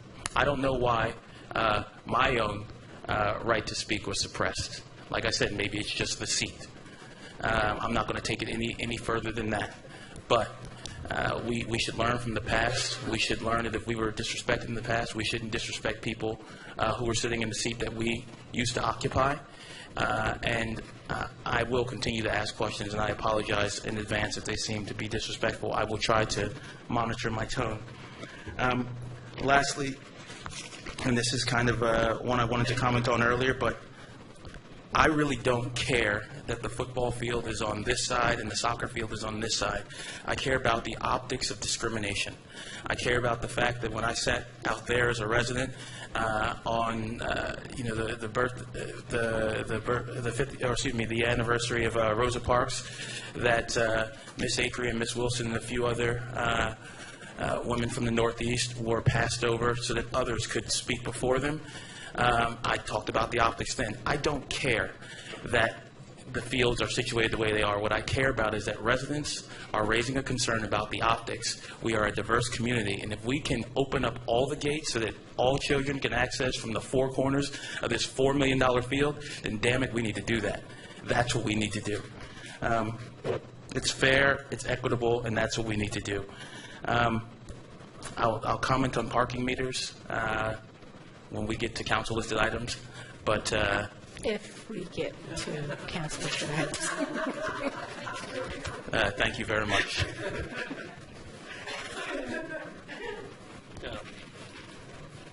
Forgot what I was going to say, but I think there's, just to issue a couple of things.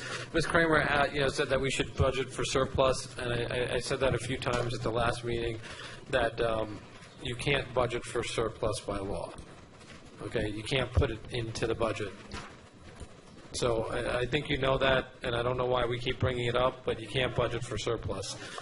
So the next thing I just want to make sure is that, we keep going back to the August 12th meeting.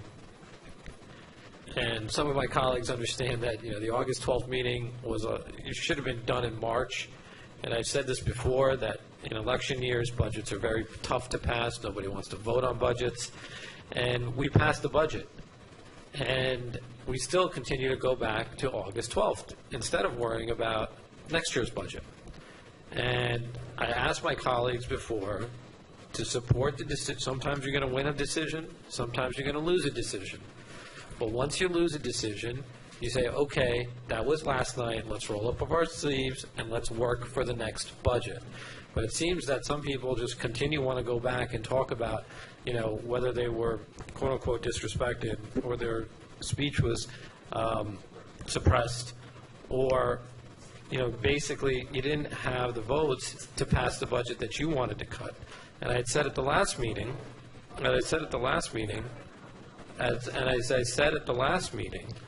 was, just because we disagreed this one time, and I took two of your suggestions, and that's the way I made the motion. They were on the paper. I took two of your suggestions, and I said those are the budgets that, those are the line items that I wanted to take.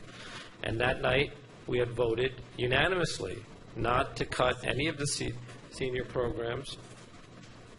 We voted unanimously not to cut any senior programs, not to cut any of the services, not to do layoffs because we can't. And that was the budget. That was the best budget that we can pass. So now it's over, but we keep going back.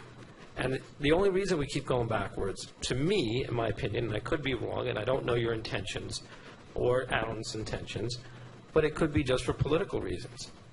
Whether it's going after the attorney, myself, the mayor, whatever the reason being, I hope that, we can put this aside, as I've said, for the third meeting in a row, and start working for the next budget.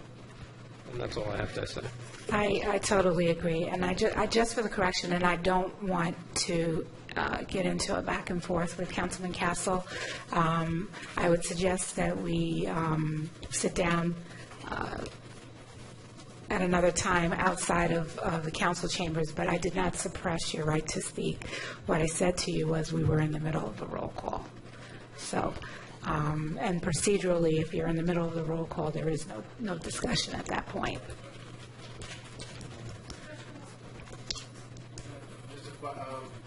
A question for the attorneys regarding the parking where PSC&G was doing their work. Are they done with their work? Excuse me. Yes, PSC&G is done with their work. We're working with them now to decide which portion of the fence is going to come down. It looks like they may pave the lot for us after all, so it looks like we're going to get some additional parking. So yeah, I was going to say that, can we make that additional parking, put up some, maybe paint some crossing stripes, put up some stanchions? We're working on it. Beautiful. Okay, when do you think? I don't have a date. The engineers is working with PSC&G to, develop the appropriate design of the lot. And we'll create signage for it as well, as far as being able to make that as an overflow lot for the Voti Field and the Rhoda Center. Yep. Can I have someone, to move the consent agenda? Consent agenda. Can we? Does anyone want to pull? I was going to ask that. Yes. Okay. What items would you like to? I would like to pull Resolution I, Resolution L, Resolution P, and Resolution Q. I. L, P, and Q.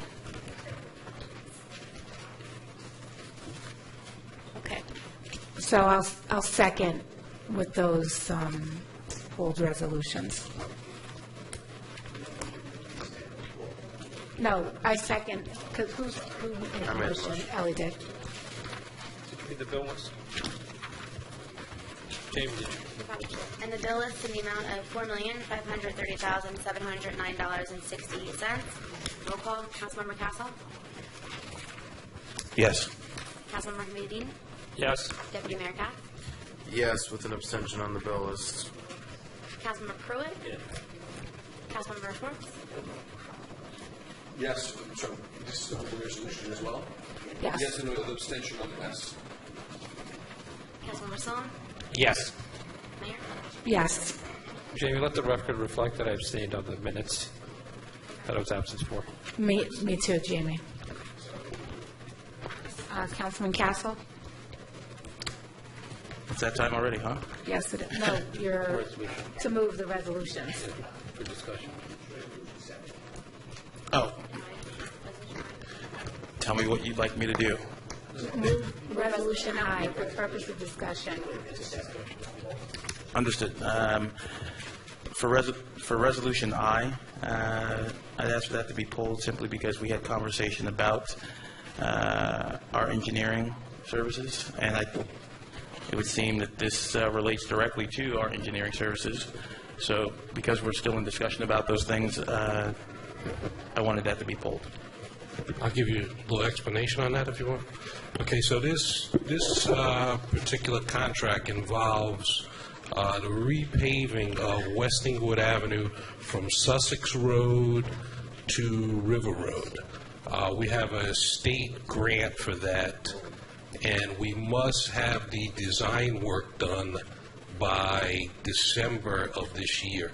Is your question about who the contract was awarded to? Yes. Because of us? Madam Mayor, just because everyone is so concerned about process, the proper way to proceed at this point, someone should move and second the motion and then open the floor for discussion. That would be the proper way to handle this matter in an orderly fashion. So my recommendation to you is move the motion. You don't have to vote yes or no. She seconded it. She seconded it. Anyone can move the motion, second it, and then open the floor for discussion. Then when you're finished with the discussion, move the motion for a vote. That would be the proper procedure to follow. It's up to you. I don't believe there was no motion to approve Resolution I. No, he moved it for the purpose of discussion, right? Yes. And then she seconded it. And I second it. Now it's on the floor for discussion. We're discussing it. Okay. Okay. I want to make sure the process is followed. Okay. So you're Don't worry, Chuck will tell you if it awarding the wasn't. contract based upon decisions that we haven't made yet? Correct. Okay. But I don't think that that's a conflict to do Yeah, so. I don't, based on the fact that we have a grant and we don't want to lose that grant, and this has to be designed by Which we have now. December. Yep. It's a separate contract. Is It this wouldn't really, Is this grant? Because I asked it in a previous meeting. We had a grant issued by the state for road resurfacing. We had to do something by August 15th. Was that this isn't done? one of those. Okay. Those All right. are county grants. The Schwanwee Halls is working on those already to get those. Those are already out to bid. This is the third one. There was three. This is the third one. This is the state. Councilman Song? Way back when Votey Park was an issue, I'd raised issues about going to GZA to get a second opinion regarding the initial opinion that they had rendered regarding contamination in the soccer field.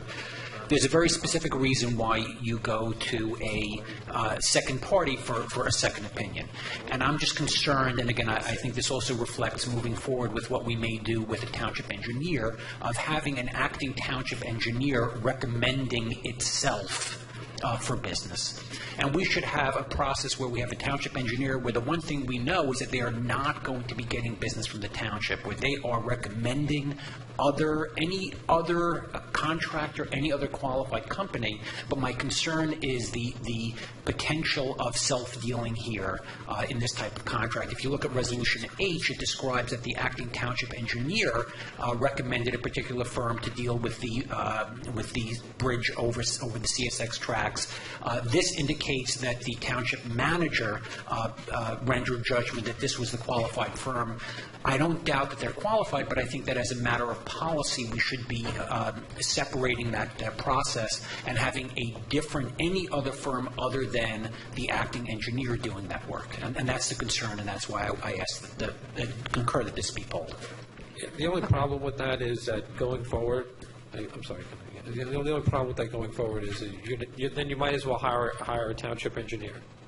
because they're not going to do it to themselves. Now, if you hire a township engineer, which you're going to have somebody who's every day they're going to stamp it and then send it out to the consulting engineer that they do it. So the question, I think it's incumbent on us to have the oversight on them, to see if they're dealing it to themselves and seeing if there's some kind of impropriety, and whether it's us looking over the manager's shoulder or the manager looking over Shawanovich's shoulder. But you're not going to have that. I guarantee you that nobody's going to take a bid and take a contract who's a reputable engineering firm and then not get the works that they can basically get to themselves for $100,000, which I think that's what it was. For $100,000, which was the RFP. So you can either go back and hire, go and make the motion of hiring a township employee with the pension benefits and the health benefits and everything else that goes along with it, or we can go down the road of going to a qualified engineering firm who sticks to this kind of, it doesn't seem right, but I don't think that's just the way that the business model works.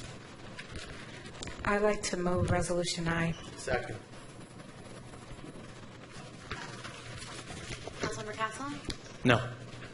Councilmember Hameen? Yes. Deputy Mayor Kass? Yes. Councilmember Pruitt? Yes. Councilmember Schwartz? Yes. Councilmember Stone? No. Mayor? Yes.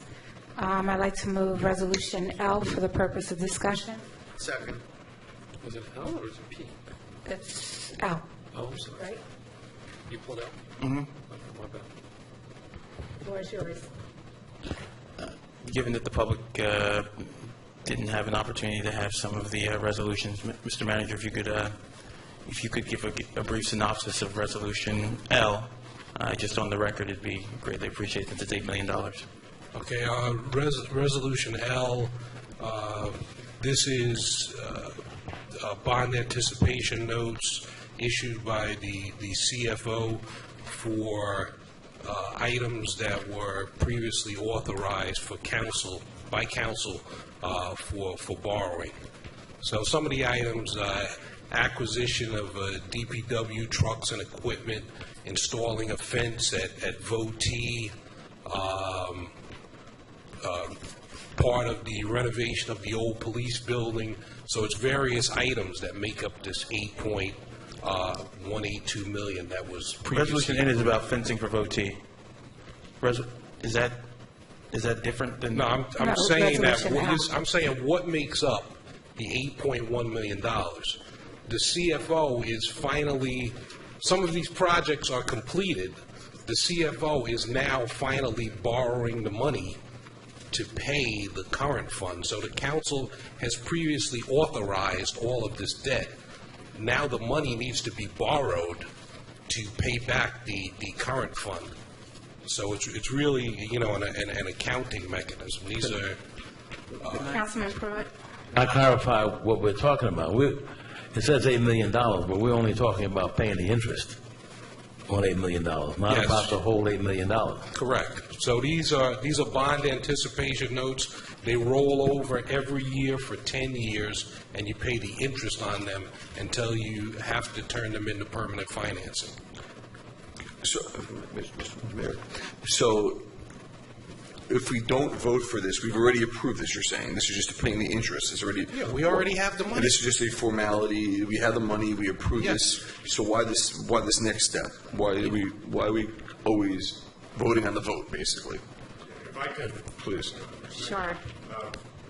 This is essentially a resolution to designate these notes as tax exempt notes. That means you get a lower rate. Okay?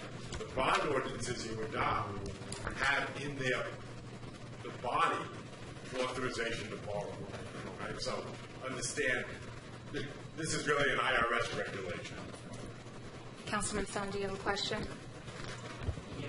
Just to get some clarity on what is included in this $8.182 million, it's a lot of money, and I think that we owe it. We've been adding significantly to our debt. I think that's something that Tom Abbott has done a very good job of tracking, and I think that before we whether we're adding, whether we're rolling over, just to know what's included and to let the Township Council, as a body, know what's included in these notes. I can read all of them if you want. if I could suggest that hopefully that going forward, that rather than have this be read in at a meeting, that it just be included as part of the agenda so that we have some backup where we know what this is, where we can look it over and say, okay, I understand that. I don't need to pull it. I don't need to ask that question. Okay. I'd like to move resolution now Second. for vote. Yes, to qualify it as a tax-exempt obligation. Councilmember Hamid. Yes. Deputy Mayor Kraft. Yes. Councilmember Pruitt. Yes. Councilmember Schwartz. Yes. Purcell. Yes. Mayor. Yes. I'd like to move resolution P for the purpose of discussion. Second. William, I'm going to ask you to do the same thing for the public regarding these technology cameras for the new police building. So these technology cameras, this isn't for the new police building. This is for The old police building. No, this is for our existing police building. This is for cameras for the existing police station, cameras in this building. It does not include the connector, and it does not include the new building, the building that we're renovating. We've been working on this project for a very long time to enhance security here at the municipal building and at the police station. We were finally able to join a co-op so that we could obtain these services on a state contract basis. We're using forfeiture funds to make these security enhancements, and there's no cost to the taxpayer. I'd like to move resolution. Do you have any other questions? Second. Yeah, I do actually have a question. So I'm looking at, just for clarity, if you're saying there's no cost to the taxpayer, but it says it's costing the taxpayer $144,172. Where's it say that? It's using forfeiture funds. These funds are coming from the forfeiture fund account. I understand that. And, Wait, let me pull out. Councilman Hamid, and I understand your frustration with me asking questions as a new council member, but I'm not, again, I'll say it on the record, I'm not going to fake the funk up here. I'm going to ask the questions so that we actually understand how we're spending the taxpayer money. I know you've been here for a number of years. I've only been here a couple of weeks, so Oh, that's fine. bear with me.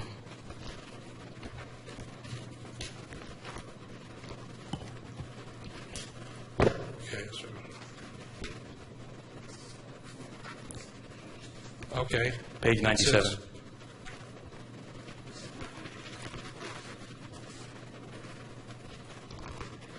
Yeah, it's a law enforcement fund. It's DEA Seizure Trust Fund. Perfect. I'm pulling it because I want to have clarity, but I want the public to have clarity as well. I understand. I just want to make sure you're good. So I'm moving resolution. Are you fine? I am. Thank you. Resolution P. Councilmember Cass. Yes. Councilmember Hamid. Yes. Deputy Mayor Kraft. Yes. Councilmember Pruitt. Yeah. Councilmember Schwartz. Yes. Councilmember Smith. Yes. Mayor. Yes. Resolution Q for the purpose of discussion. Second. Resolution Q deals with the presented township attorney contract. We discussed this a bit in closed session. Just to echo some of the comments that Councilman Sohn made in open session when he presented the findings of the subcommittee on, which was a follow-on to a conversation that he and I had initially had with the township attorney. I believe it is a good place to start. I think it's something that we still need to discuss. I understand that based on this particular contract, based on historical dollars, we would essentially save the taxpayer roughly $5,000 per month if we were to enact this on October 1st moving forward. But I would like to know, as I asked the attorney earlier, what is the anticipation that we have? What is the caseload, so on and so forth? Because we're working on historical numbers, and we're moving a retainer from $36,000 to $240,000, and that's It's not peanuts, folks. So I think that we need some clarity, and I don't know if the attorney is prepared to give us that clarity this evening. I think in closed session, I gave you the numbers of from 2012, 2013, and for 2014, the first 7 months, that using this new formula, in 2012, you would have saved approximately 24%. In 2013, it was 30%, and for the first 7 months, you would have saved 22%. In my initial proposal, when I met with the committee, I had estimated approximately 20% a year if this were to go into effect. So the public understands my trepidation about this. To date, or not to date, but through August 9th, actually, no, to date, that's great. We spent $660,000 on legal services. A large chunk of that is to the firm of Winnie Banta. We've got $285,000 and change for legal fees and expenses. We've got $167,000 roughly for self-insurance matters, and we've paid $27,000 of a $36,000 retainer. So that's the reason I'm so careful here to not just rubber stamp something. Just so that we're clear, you're saying that we could potentially experience that savings on the legal fees and expenses portion, the $285,000 that we've currently incurred to date, correct? You have to add the 285 and the 27,000. Those two numbers have to be combined, and based on historical data that I've given from 2012 to 2013, 14, you should save approximately 20% on an annualized basis. All right, so just if this were the end of August and I were to add these two numbers, we're a little over $310,000. If this went into effect on on October 1st, that number would not go up any more. We would simply, the only number that would go up is what we're paying into the retainer, correct? That is correct. And I believe these are for 9 months. I think this is through today's bill list, so I think it's through 9 months. All right. That you have these numbers. That is correct. That is accurate. And the cost that we would incur for legal fees and expenses moving forward through the end of the year would be roughly, or just under $40,000. It's $19,750 plus the $400. So it comes out.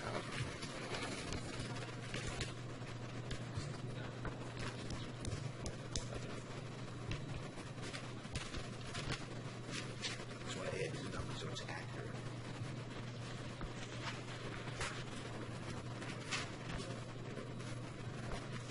$20,150 a month with the $400 cap on the expenses. All right. So roughly $350,000 will be. Should be 20,000 times 3. No, I'm saying in total for legal fees and expenses plus the retainer, we'll be sitting. If we add this additional $40,000 roughly, it'll be $350,000. That'll be the cap amount for general counsel and legal fees and expenses. Does this contract affect self-insurance matters in any way, shape, or form? It will not affect, that number that you put a cap on does not affect the litigation, which is reflected in the $166,000. That I cannot tell you what that will be, because that's litigation. That's a separate item. Is there any way, I know I don't want to sound like I'm asking for a pound of flesh here, but I've seen in other legal contracts, we haven't done a benchmarking as a council as of yet, but I have benchmarked our contract against township attorney contracts in northern Bergen County, and some of them actually include some litigation. The first, 200 hours of litigation, depending on the size of their retainer. There's a township where they have an $80,000 retainer, and the first 100 hours of litigation is included in that. Is there any way, I've already included certain Oprah litigation in the cap. I cannot cap the other issue. I will not cap the other issue. Okay. Sure, Deputy Mayor. As the chair of the Budget Subcommittee, I would actually like to commend the Township Attorney for looking to ways to reduce some of our expenses. I know that this came about as a direct result of a conversation that our mayor had and Dr. Pruitt had with the attorney a few months ago. So I do want to commend you, and I will be supporting this. I'd like to move resolution, or any other questions? Sure. Again, I'm not, the old line that a journey of 1,000 miles begins with the first step. This is the first step. We still have 999 miles plus to go. There are other municipalities that have enacted tighter caps. I think Hackensack is thankfully still more messed up than Teaneck is. They have had a lower cap. I think that this does, based on the data that we've seen for the past 2.5 years, if this had been in place over the past 2.5 years, we would have seen savings of over $200,000 in our legal expenditures. There's no two ways to look at it, that's a lot of money. The savings don't seem very large when you break it down to by a month basis, and certainly by day would be even less. But when you add up the savings, $60,000 plus a year, I think this is a step in the right direction. I think that we can start looking at other potential caps, other potential changes, but I think that this was a good step forward, and I think that hopefully as we go forward that we will see that there will be positive changes, and as we've discussed in closed session, there are opportunities to tweak this in the future, and hopefully we can get this right for the benefit of the Township Council, for the attorney, and for the community as a whole. Thank you, Councilman Stone. I'd like to move resolution Q. Mayor, can I ask a question? Is there a support of council to actually talk about a litigation cap? I mean, we know what the retainer would be moving forward. We know that dollar amount. But if we could actually institute some type of litigation cap, I think that might actually go a long way with saving more than just the $5,000 a month that we're expected. Again, I would hope that we can do that. I don't see that we can get that in place ready for October 1st. And I hope that, again, that we can use this cap where again, there's a little bit more predictability. I think that the inclusion of Oprah work, hopefully as much of that as possible, will be resolved appropriately by the township clerk. But if there are any issues, that guidance will help ensure preventing that and deal with that. I think that that's a little step into the litigation, and I think that hopefully, again, using this as a model, looking at other benchmarks, I certainly would want to review the other municipalities that do have litigation caps and see how they come up with that mechanism, and work with our township attorney to come up with something that serves all of our interests and that hopefully addresses those financial issues that are so much of a concern. Mr. Turner, I think ultimately also it's a contractual issue. And it's something that we can negotiate, but not necessarily in public. So, not necessarily not in public. So I'm going to move a resolution Q.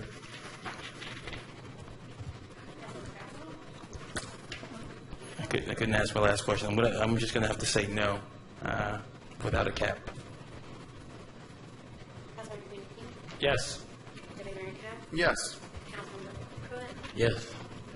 Yes. Yes. Yes. Councilman Kemp, did you have a question? I'm sorry. I did. My question was going to be, Mr. Turich, could we get your commitment to discuss and work out a potential cap on litigation with us wait, hold on, that we can put in place for January 1st for the new fiscal year? He's a contractual. I mean, if we decide that we want to negotiate with him, we would just make that decision, and he would have no choice. No. I understand that it's. He works at our will. It's the gentleman's agreement. I just want to understand that you would work with us to institute a litigation cap starting January 1st. That's the commitment that I'm asking for. I know that we hold the power here, but I'm asking for his commitment. Council, I've learned to be very careful as to what I commit to you. So my answer is I will not answer that. But the council wants to discuss anything with me, they're free to discuss any topic. There are no limits to the topic that the council can discuss with me. So it's strictly up to council what they want to vote. Moving on, we have introduction of ordinances.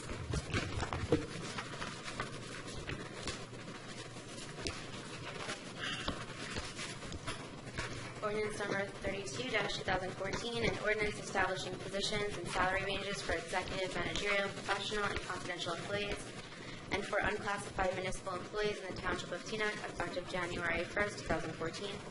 Ordinance number 33-2014, an ordinance amending section 36-11.2 of Division 1 of Article 2 of Chapter 36 entitled Traffic of the Township Code, adding restricted on-street parking spaces for handicapped on Chadwick Road. Ordinance number 34-2014, bond ordinance to authorize various improvements and acquisitions in connection with the renovation and equipping of the old police headquarters building for use as part of the municipal complex in by and for the Township of Teaneck in the County of Bergen, State of New Jersey, to appropriate the sum of $475,000 to pay the cost thereof, to make a down payment to authorize the issuance of bonds to finance such appropriation, and to provide for the issuance of bond anticipation notes in anticipation of the issuance of such bonds.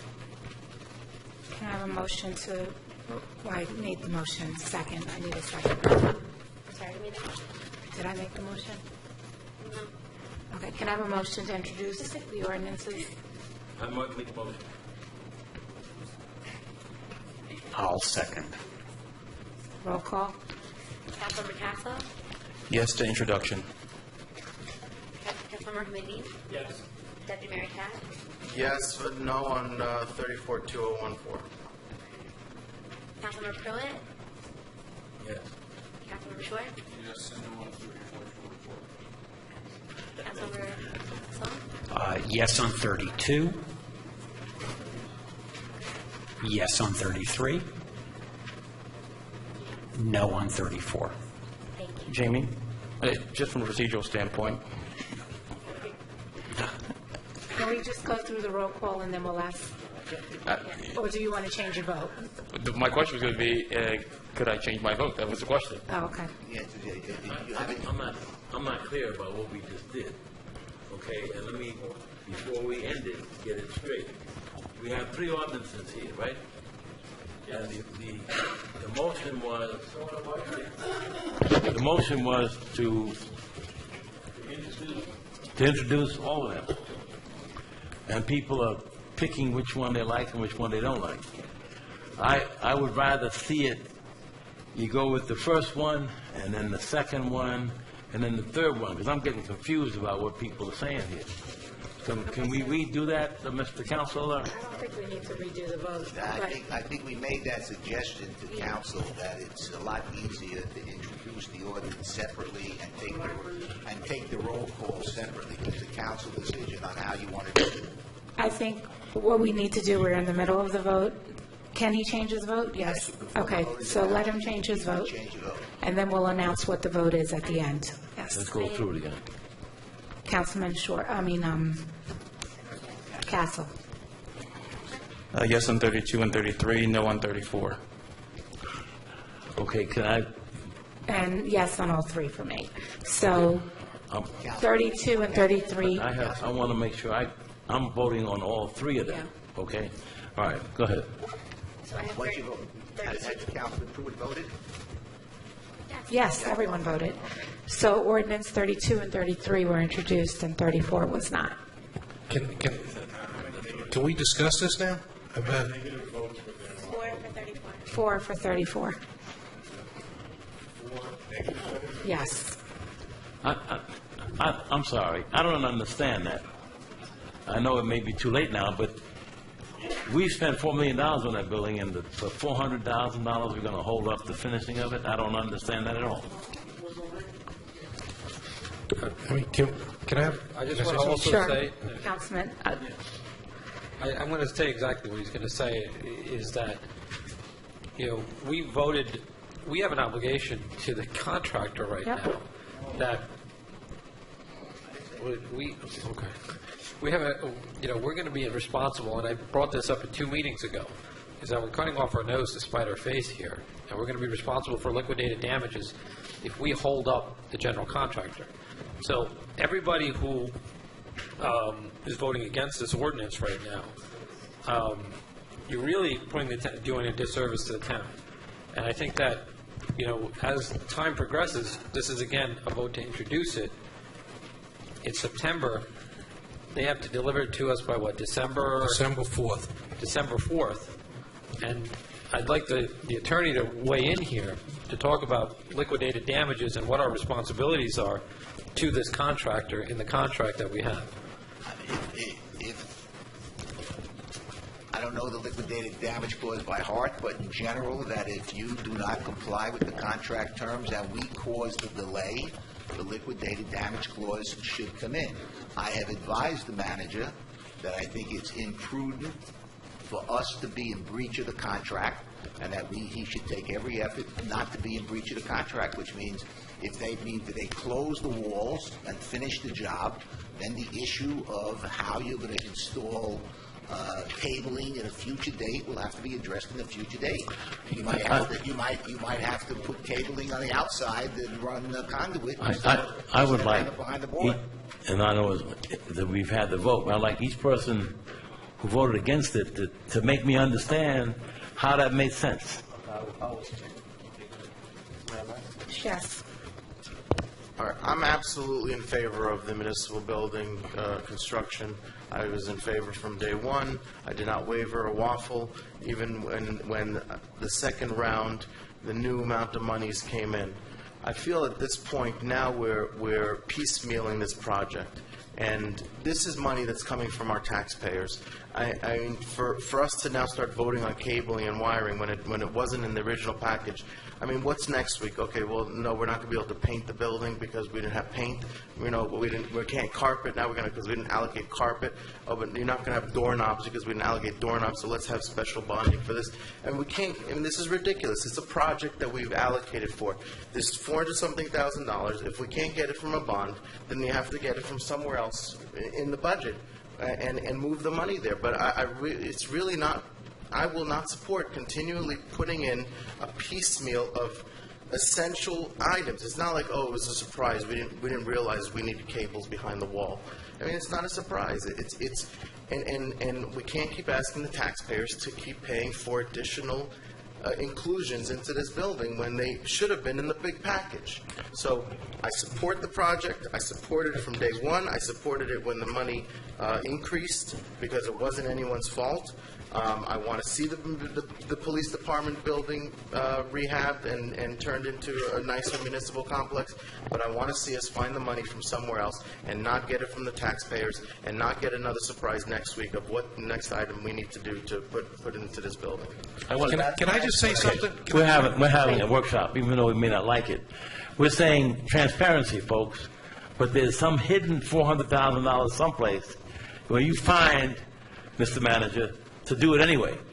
If the money has got to be bonded, let's bond the money, and not say we're going to find $400,000 under the bed. Madam Mayor, I have to interfere. Keeping in the theme of making sure we follow process 100%, you're approaching 11 o'clock.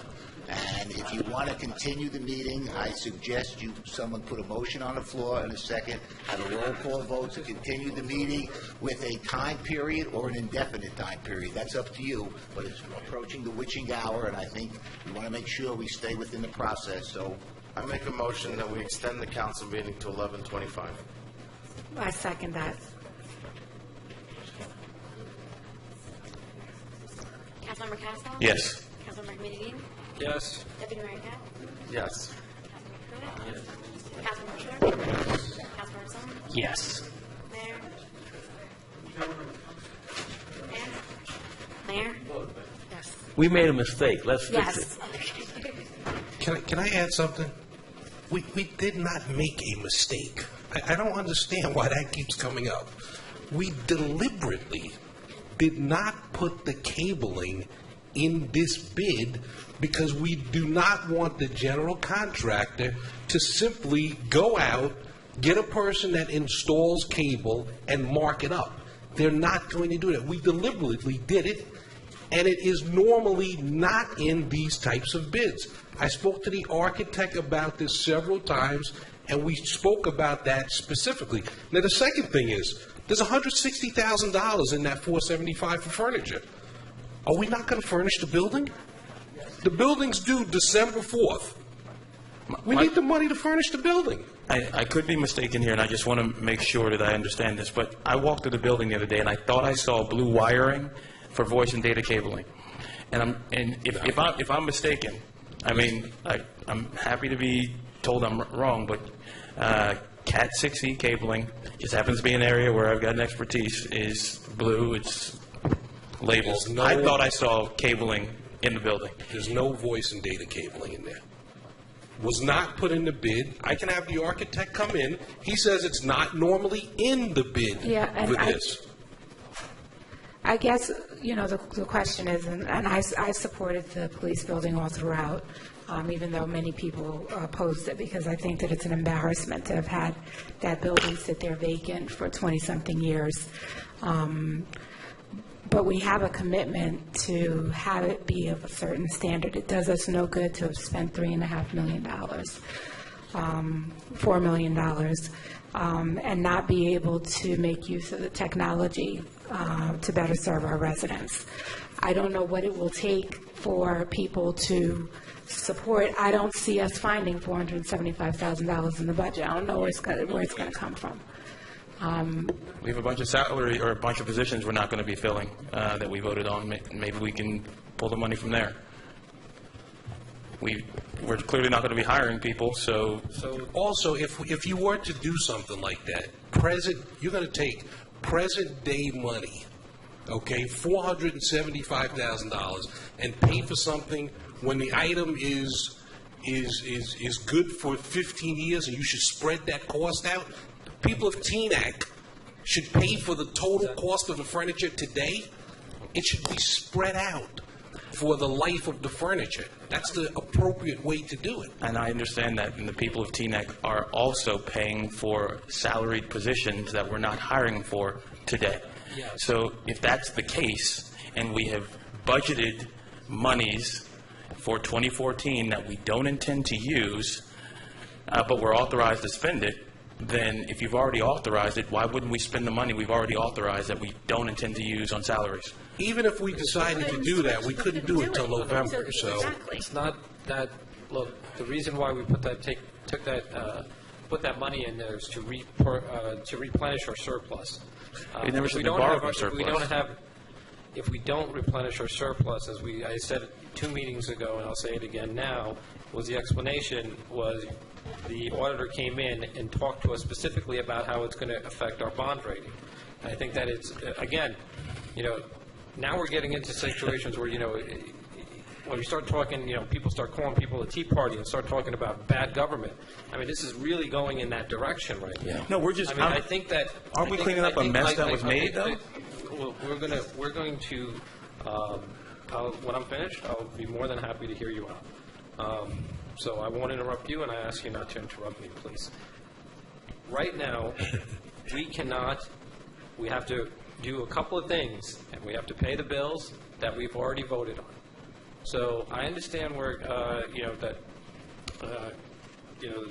Councilman Castle, that this project wasn't when you first came on the council. So I'm imploring my colleagues that were on the council when we started this project to not incur or not even put us in the risk of getting liquidated damages, and just reconsider, and you can have another 2 weeks to figure out what we can do, really look if there is $475,000. But procedurally, you guys understand that we have to introduce this tonight if we're going to adopt it in 2 weeks.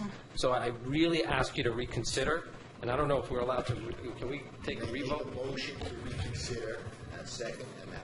So I would like to make a motion to reconsider ordinance number 3420214. Second. Thank you. Roll call. Councilmember Castle? No. Councilmember Hamidine? Yes? Deputy Mayor Katz? No. What is? Hold on. Can we have the architect, I'll vote for this, but can we have the architect here in 2 weeks to ask some contractual questions? Absolutely. I'm in favor of that. I can vote yes to introduce this, because it's introduction only, if that can happen. Can that happen, Mr. Manager? Absolutely. I will call the architect. Yes. Can you add one more thing to that? We also have a list of any other surprises that we're going to have to vote on in that building. This isn't a surprise. I gave this to the council on February 20th. Yes, can we please continue to roll call? Just very quickly, There's $80,000 worth of cabling. Cat 6 cable goes for about $200 for 1,000 feet. It's about $1,000 a mile. $80,000 is 80 miles of cable. We can wrap Teaneck a couple of dozen times with that cable. I used to sell Cat 6 cable.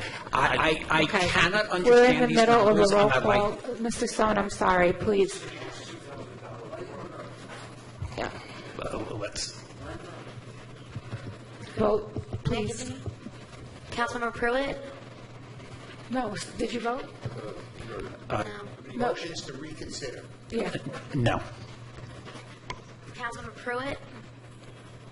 Yes, I mean. I thought you were going to say no. I was We, gonna no, say- yes, but when you come to the ribbon cutting, bring your chairs. Councilmember Schwartz? Yes. He said yes. I said yes with the architect.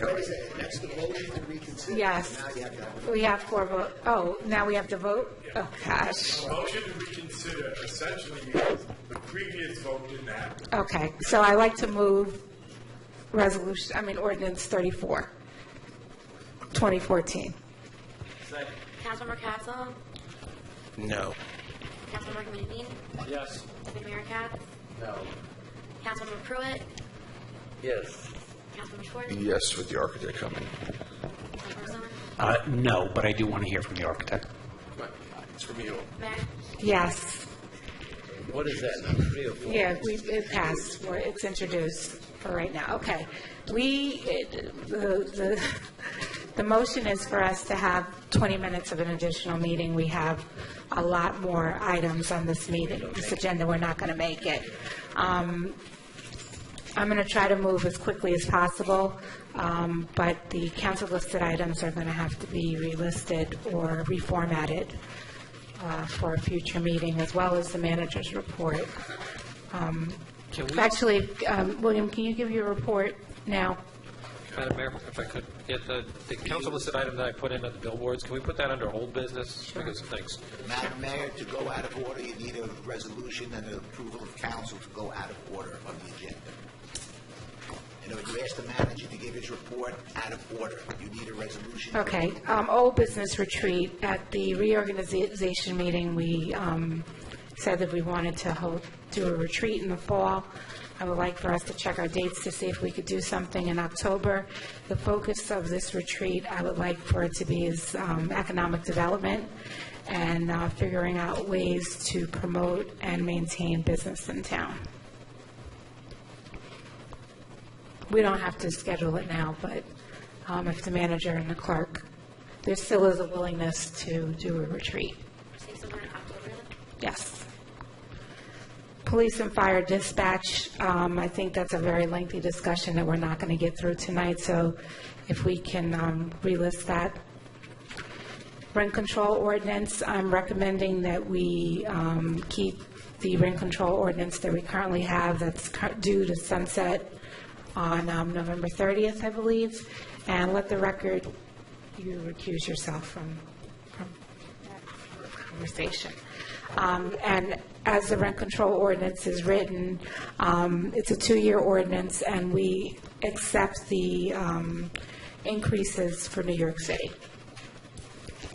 Again, I go back to Councilman Castle's experience with coming to his first meeting where we had an emergency meeting to reintroduce rent control. I'd like to suggest that we consider using a formula base where we can pick one of the formulae that are used elsewhere, whether we use New York City, whether we use rate increases in inflation in the New York City area, but rather than having a sunset where we have to worry that every year what happens if there's a storm in late October, or if we haven't taken care of this, that we have a formula built in that where we will have a default rate that we can fall to without having to revisit this every 2 years. That can't be accomplished. You have to give us the formula that you give us. I think New York City has been working for us. And I think, they have a system in place already. It's up to the council members. We haven't been receiving complaints as we have in the past. And I would be more than happy to not have to visit this every 2 years. So, but the direction that we need is, we understand no sunset, and we understand a formula, but you have to tell us what is the formula. We prepare this ordinance to introduce at the next meeting, so you can vote on it in October, and it'll go into place in November. So what I hear the mayor saying is, whatever percentages New York City Rent Board approved, she's willing to support. Is that the consensus of the council in terms of... Mr. Torres, can you start working on that on October 1st? Not if you want to introduce it. Do we have 4 nodding heads? Can we, Madam Mayor, can we do it? Can we have a subcommittee to actually research that? I'd volunteer myself to be on it. I'm a renter in Teaneck, so it's 20% increase. Of interest for you. no. I don't have I've served on the subcommittee before, so, do you want to work with Councilman Castle and Councilman Son? Are you interested? Whoever you want us to work That's with, fine. work. I don't have a choice who I work with. I have no objections to that. Okay, as far as, Madam, just so we don't ignore the fact, Councilman Casso made a comment in that it's really not a conflict that he's a tenant. I was being facetious. There's a case right on point that. Yeah, that's fine. Yeah, I was being facetious. Okay, old business, billboards. Yeah, I just wanted to, the previous council, we were looking at billboards. I want to know if we could redistribute the RFP. Mr. Manager, I know that there was a meeting that we had some more information to pass along to council regarding billboards and revenue enhancements.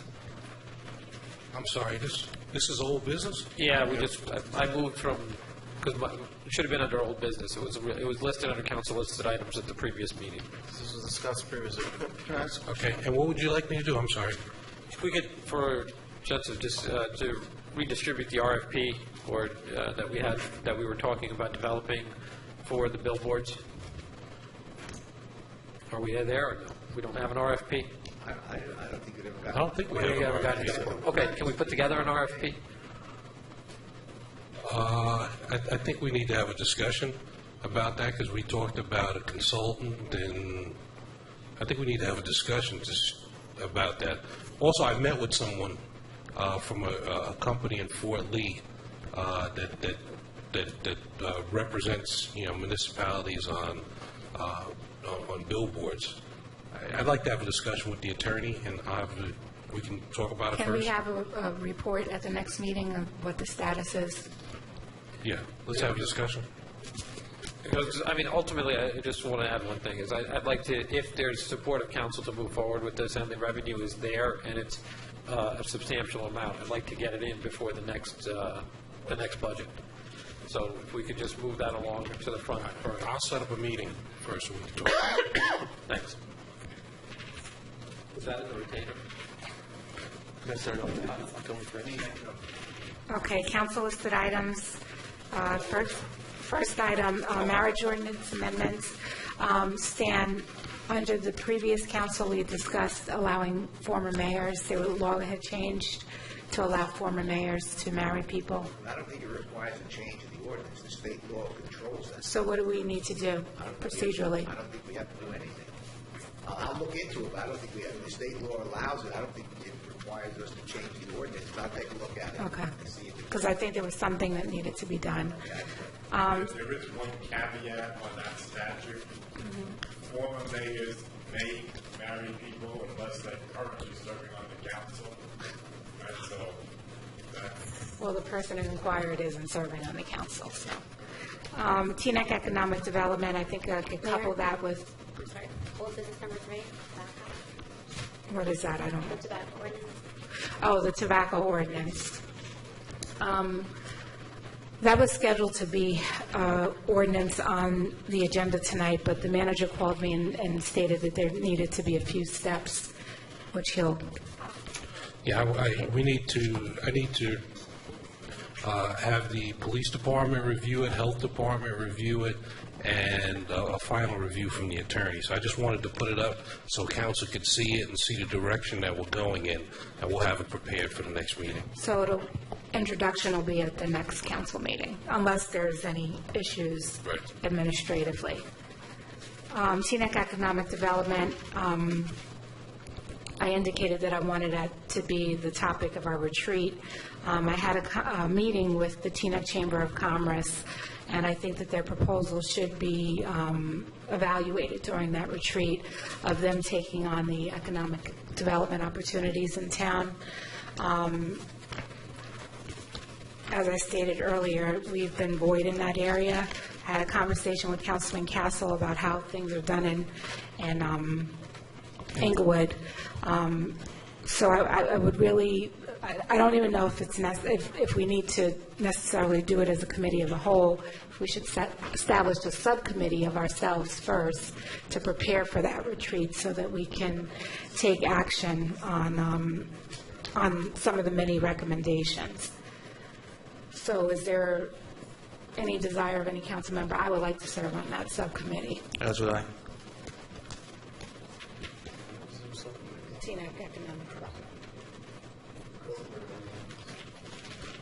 Count me in.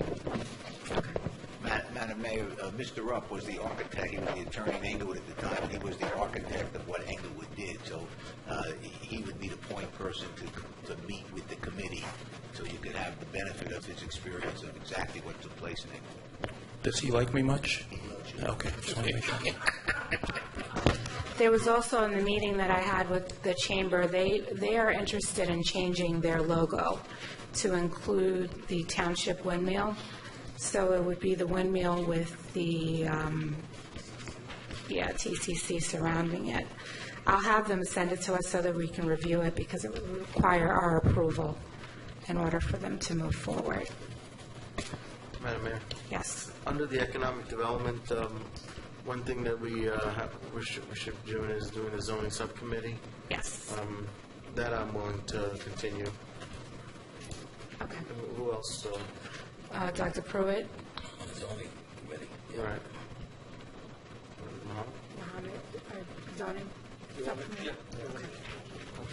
And while we're talking about subcommittees, I also would like to reestablish budget subcommittee, and I would like to serve on it for 2015. You can take up my place. Okay. May I serve with you? I'd like to serve on the budget subcommittee as well.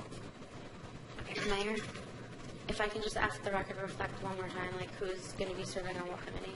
For budget, economic development, and zoning? Economic development is me, Councilman Sohn, and Castle. But, Madam Mayor, any committees that you're forming requires a vote of the council, majority of the council. So if you're forming the committees, put it in the form of a motion with the members there and ask for a roll call. Can we list it for the next? Yes, you can list it for the next meeting. I just, If we're forming a committee or if we're refilling a committee, like the budget forming a subcommittee? committee requires a vote of the council. The mayor doesn't have the power just to appoint. The mayor could recommend, and the council has to formally vote it. I'm making the recommendation tonight. Well, I'm not making it. I recommend that I'm on it, and other people are volunteering to serve. So can we adopt it at the next meeting? Okay.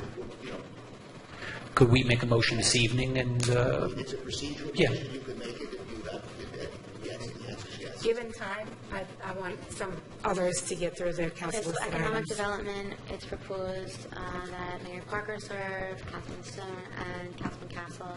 Zoning amendment. It's myself, Mohammed, and Dr. Pruitt. And then your budget, which is the mayor.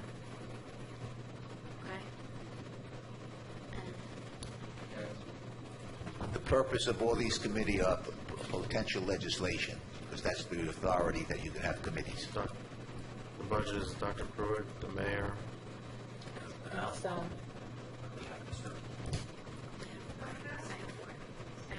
you could only have 3 people, Naomi. Would you like me not to be on it?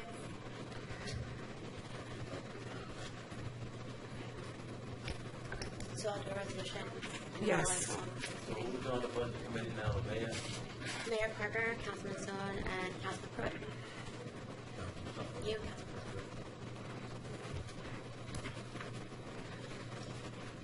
Councilman Castle.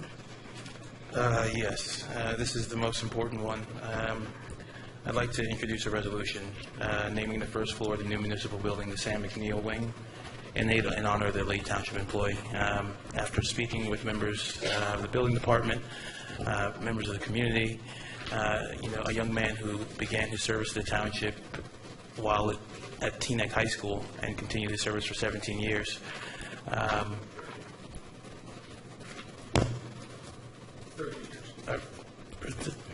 For 13 years. I think we should. I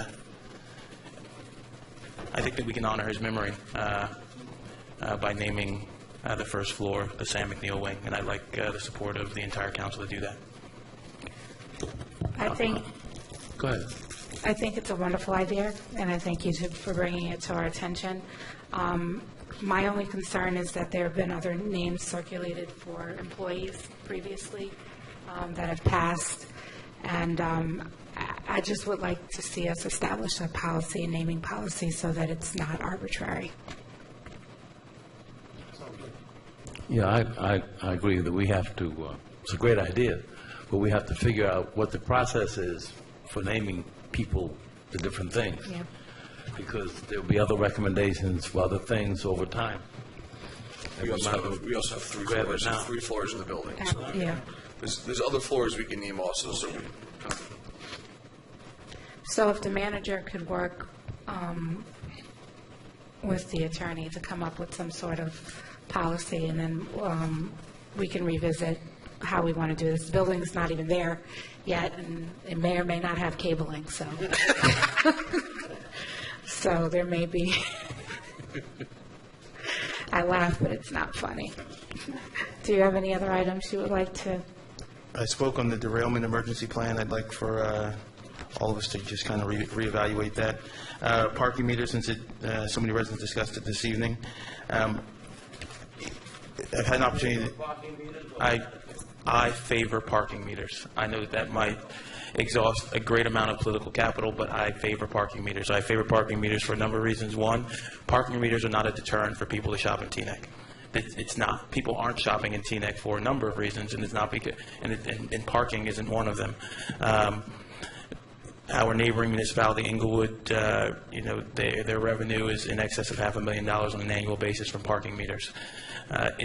It's not an exorbitant amount of money. You pay 50 cents for an hour, and they've actually incorporated some technology, which I use on a daily basis when if I have business there, where you can pay from an app, whether it's an Android or a phone.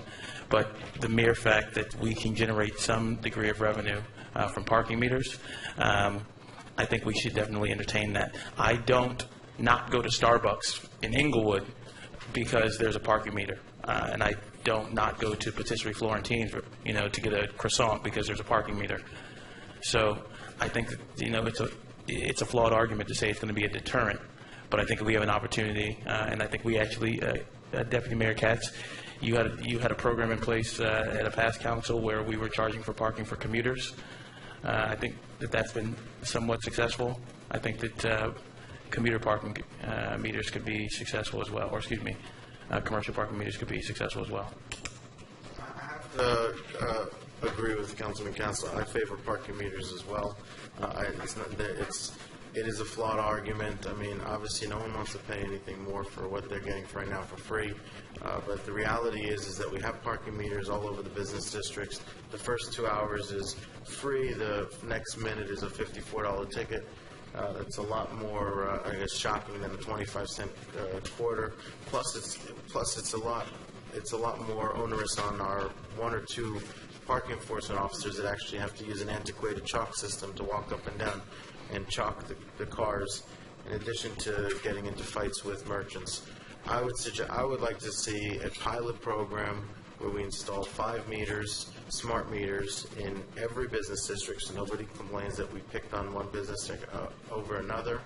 And I believe in that X amount of time we do this pilot program, it will pay for the meters and it will show that the program works, and it will stop the abuse of merchants parking there all day, commuters parking there all day and employees parking there all day, and open up spots so that our stores can get customers to stop in and run in and use the shopping like the parking is supposed to. On the parking meters, and I'm not favoring or not favoring, I'm thinking about it. The point is, we have to have a revenue stream coming into town because taxes are out of hand. And if anyone out there in the television land has some ideas on how we can generate some revenue, let us have. Parking meters happens to be one of the things that work. It's 11:24. I make a motion to adjourn. Second.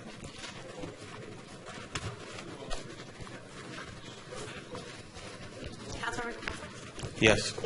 Councilmember McKean? Yes. Deputy Mayor Cap? Yes. Councilmember Pruitt? Councilmember Pruitt? Yeah. Councilmember Schmidt? Councilmember Song? Yes. Mayor? Mayor? Mayor? Mayor? Mayor? Nah, we're fine.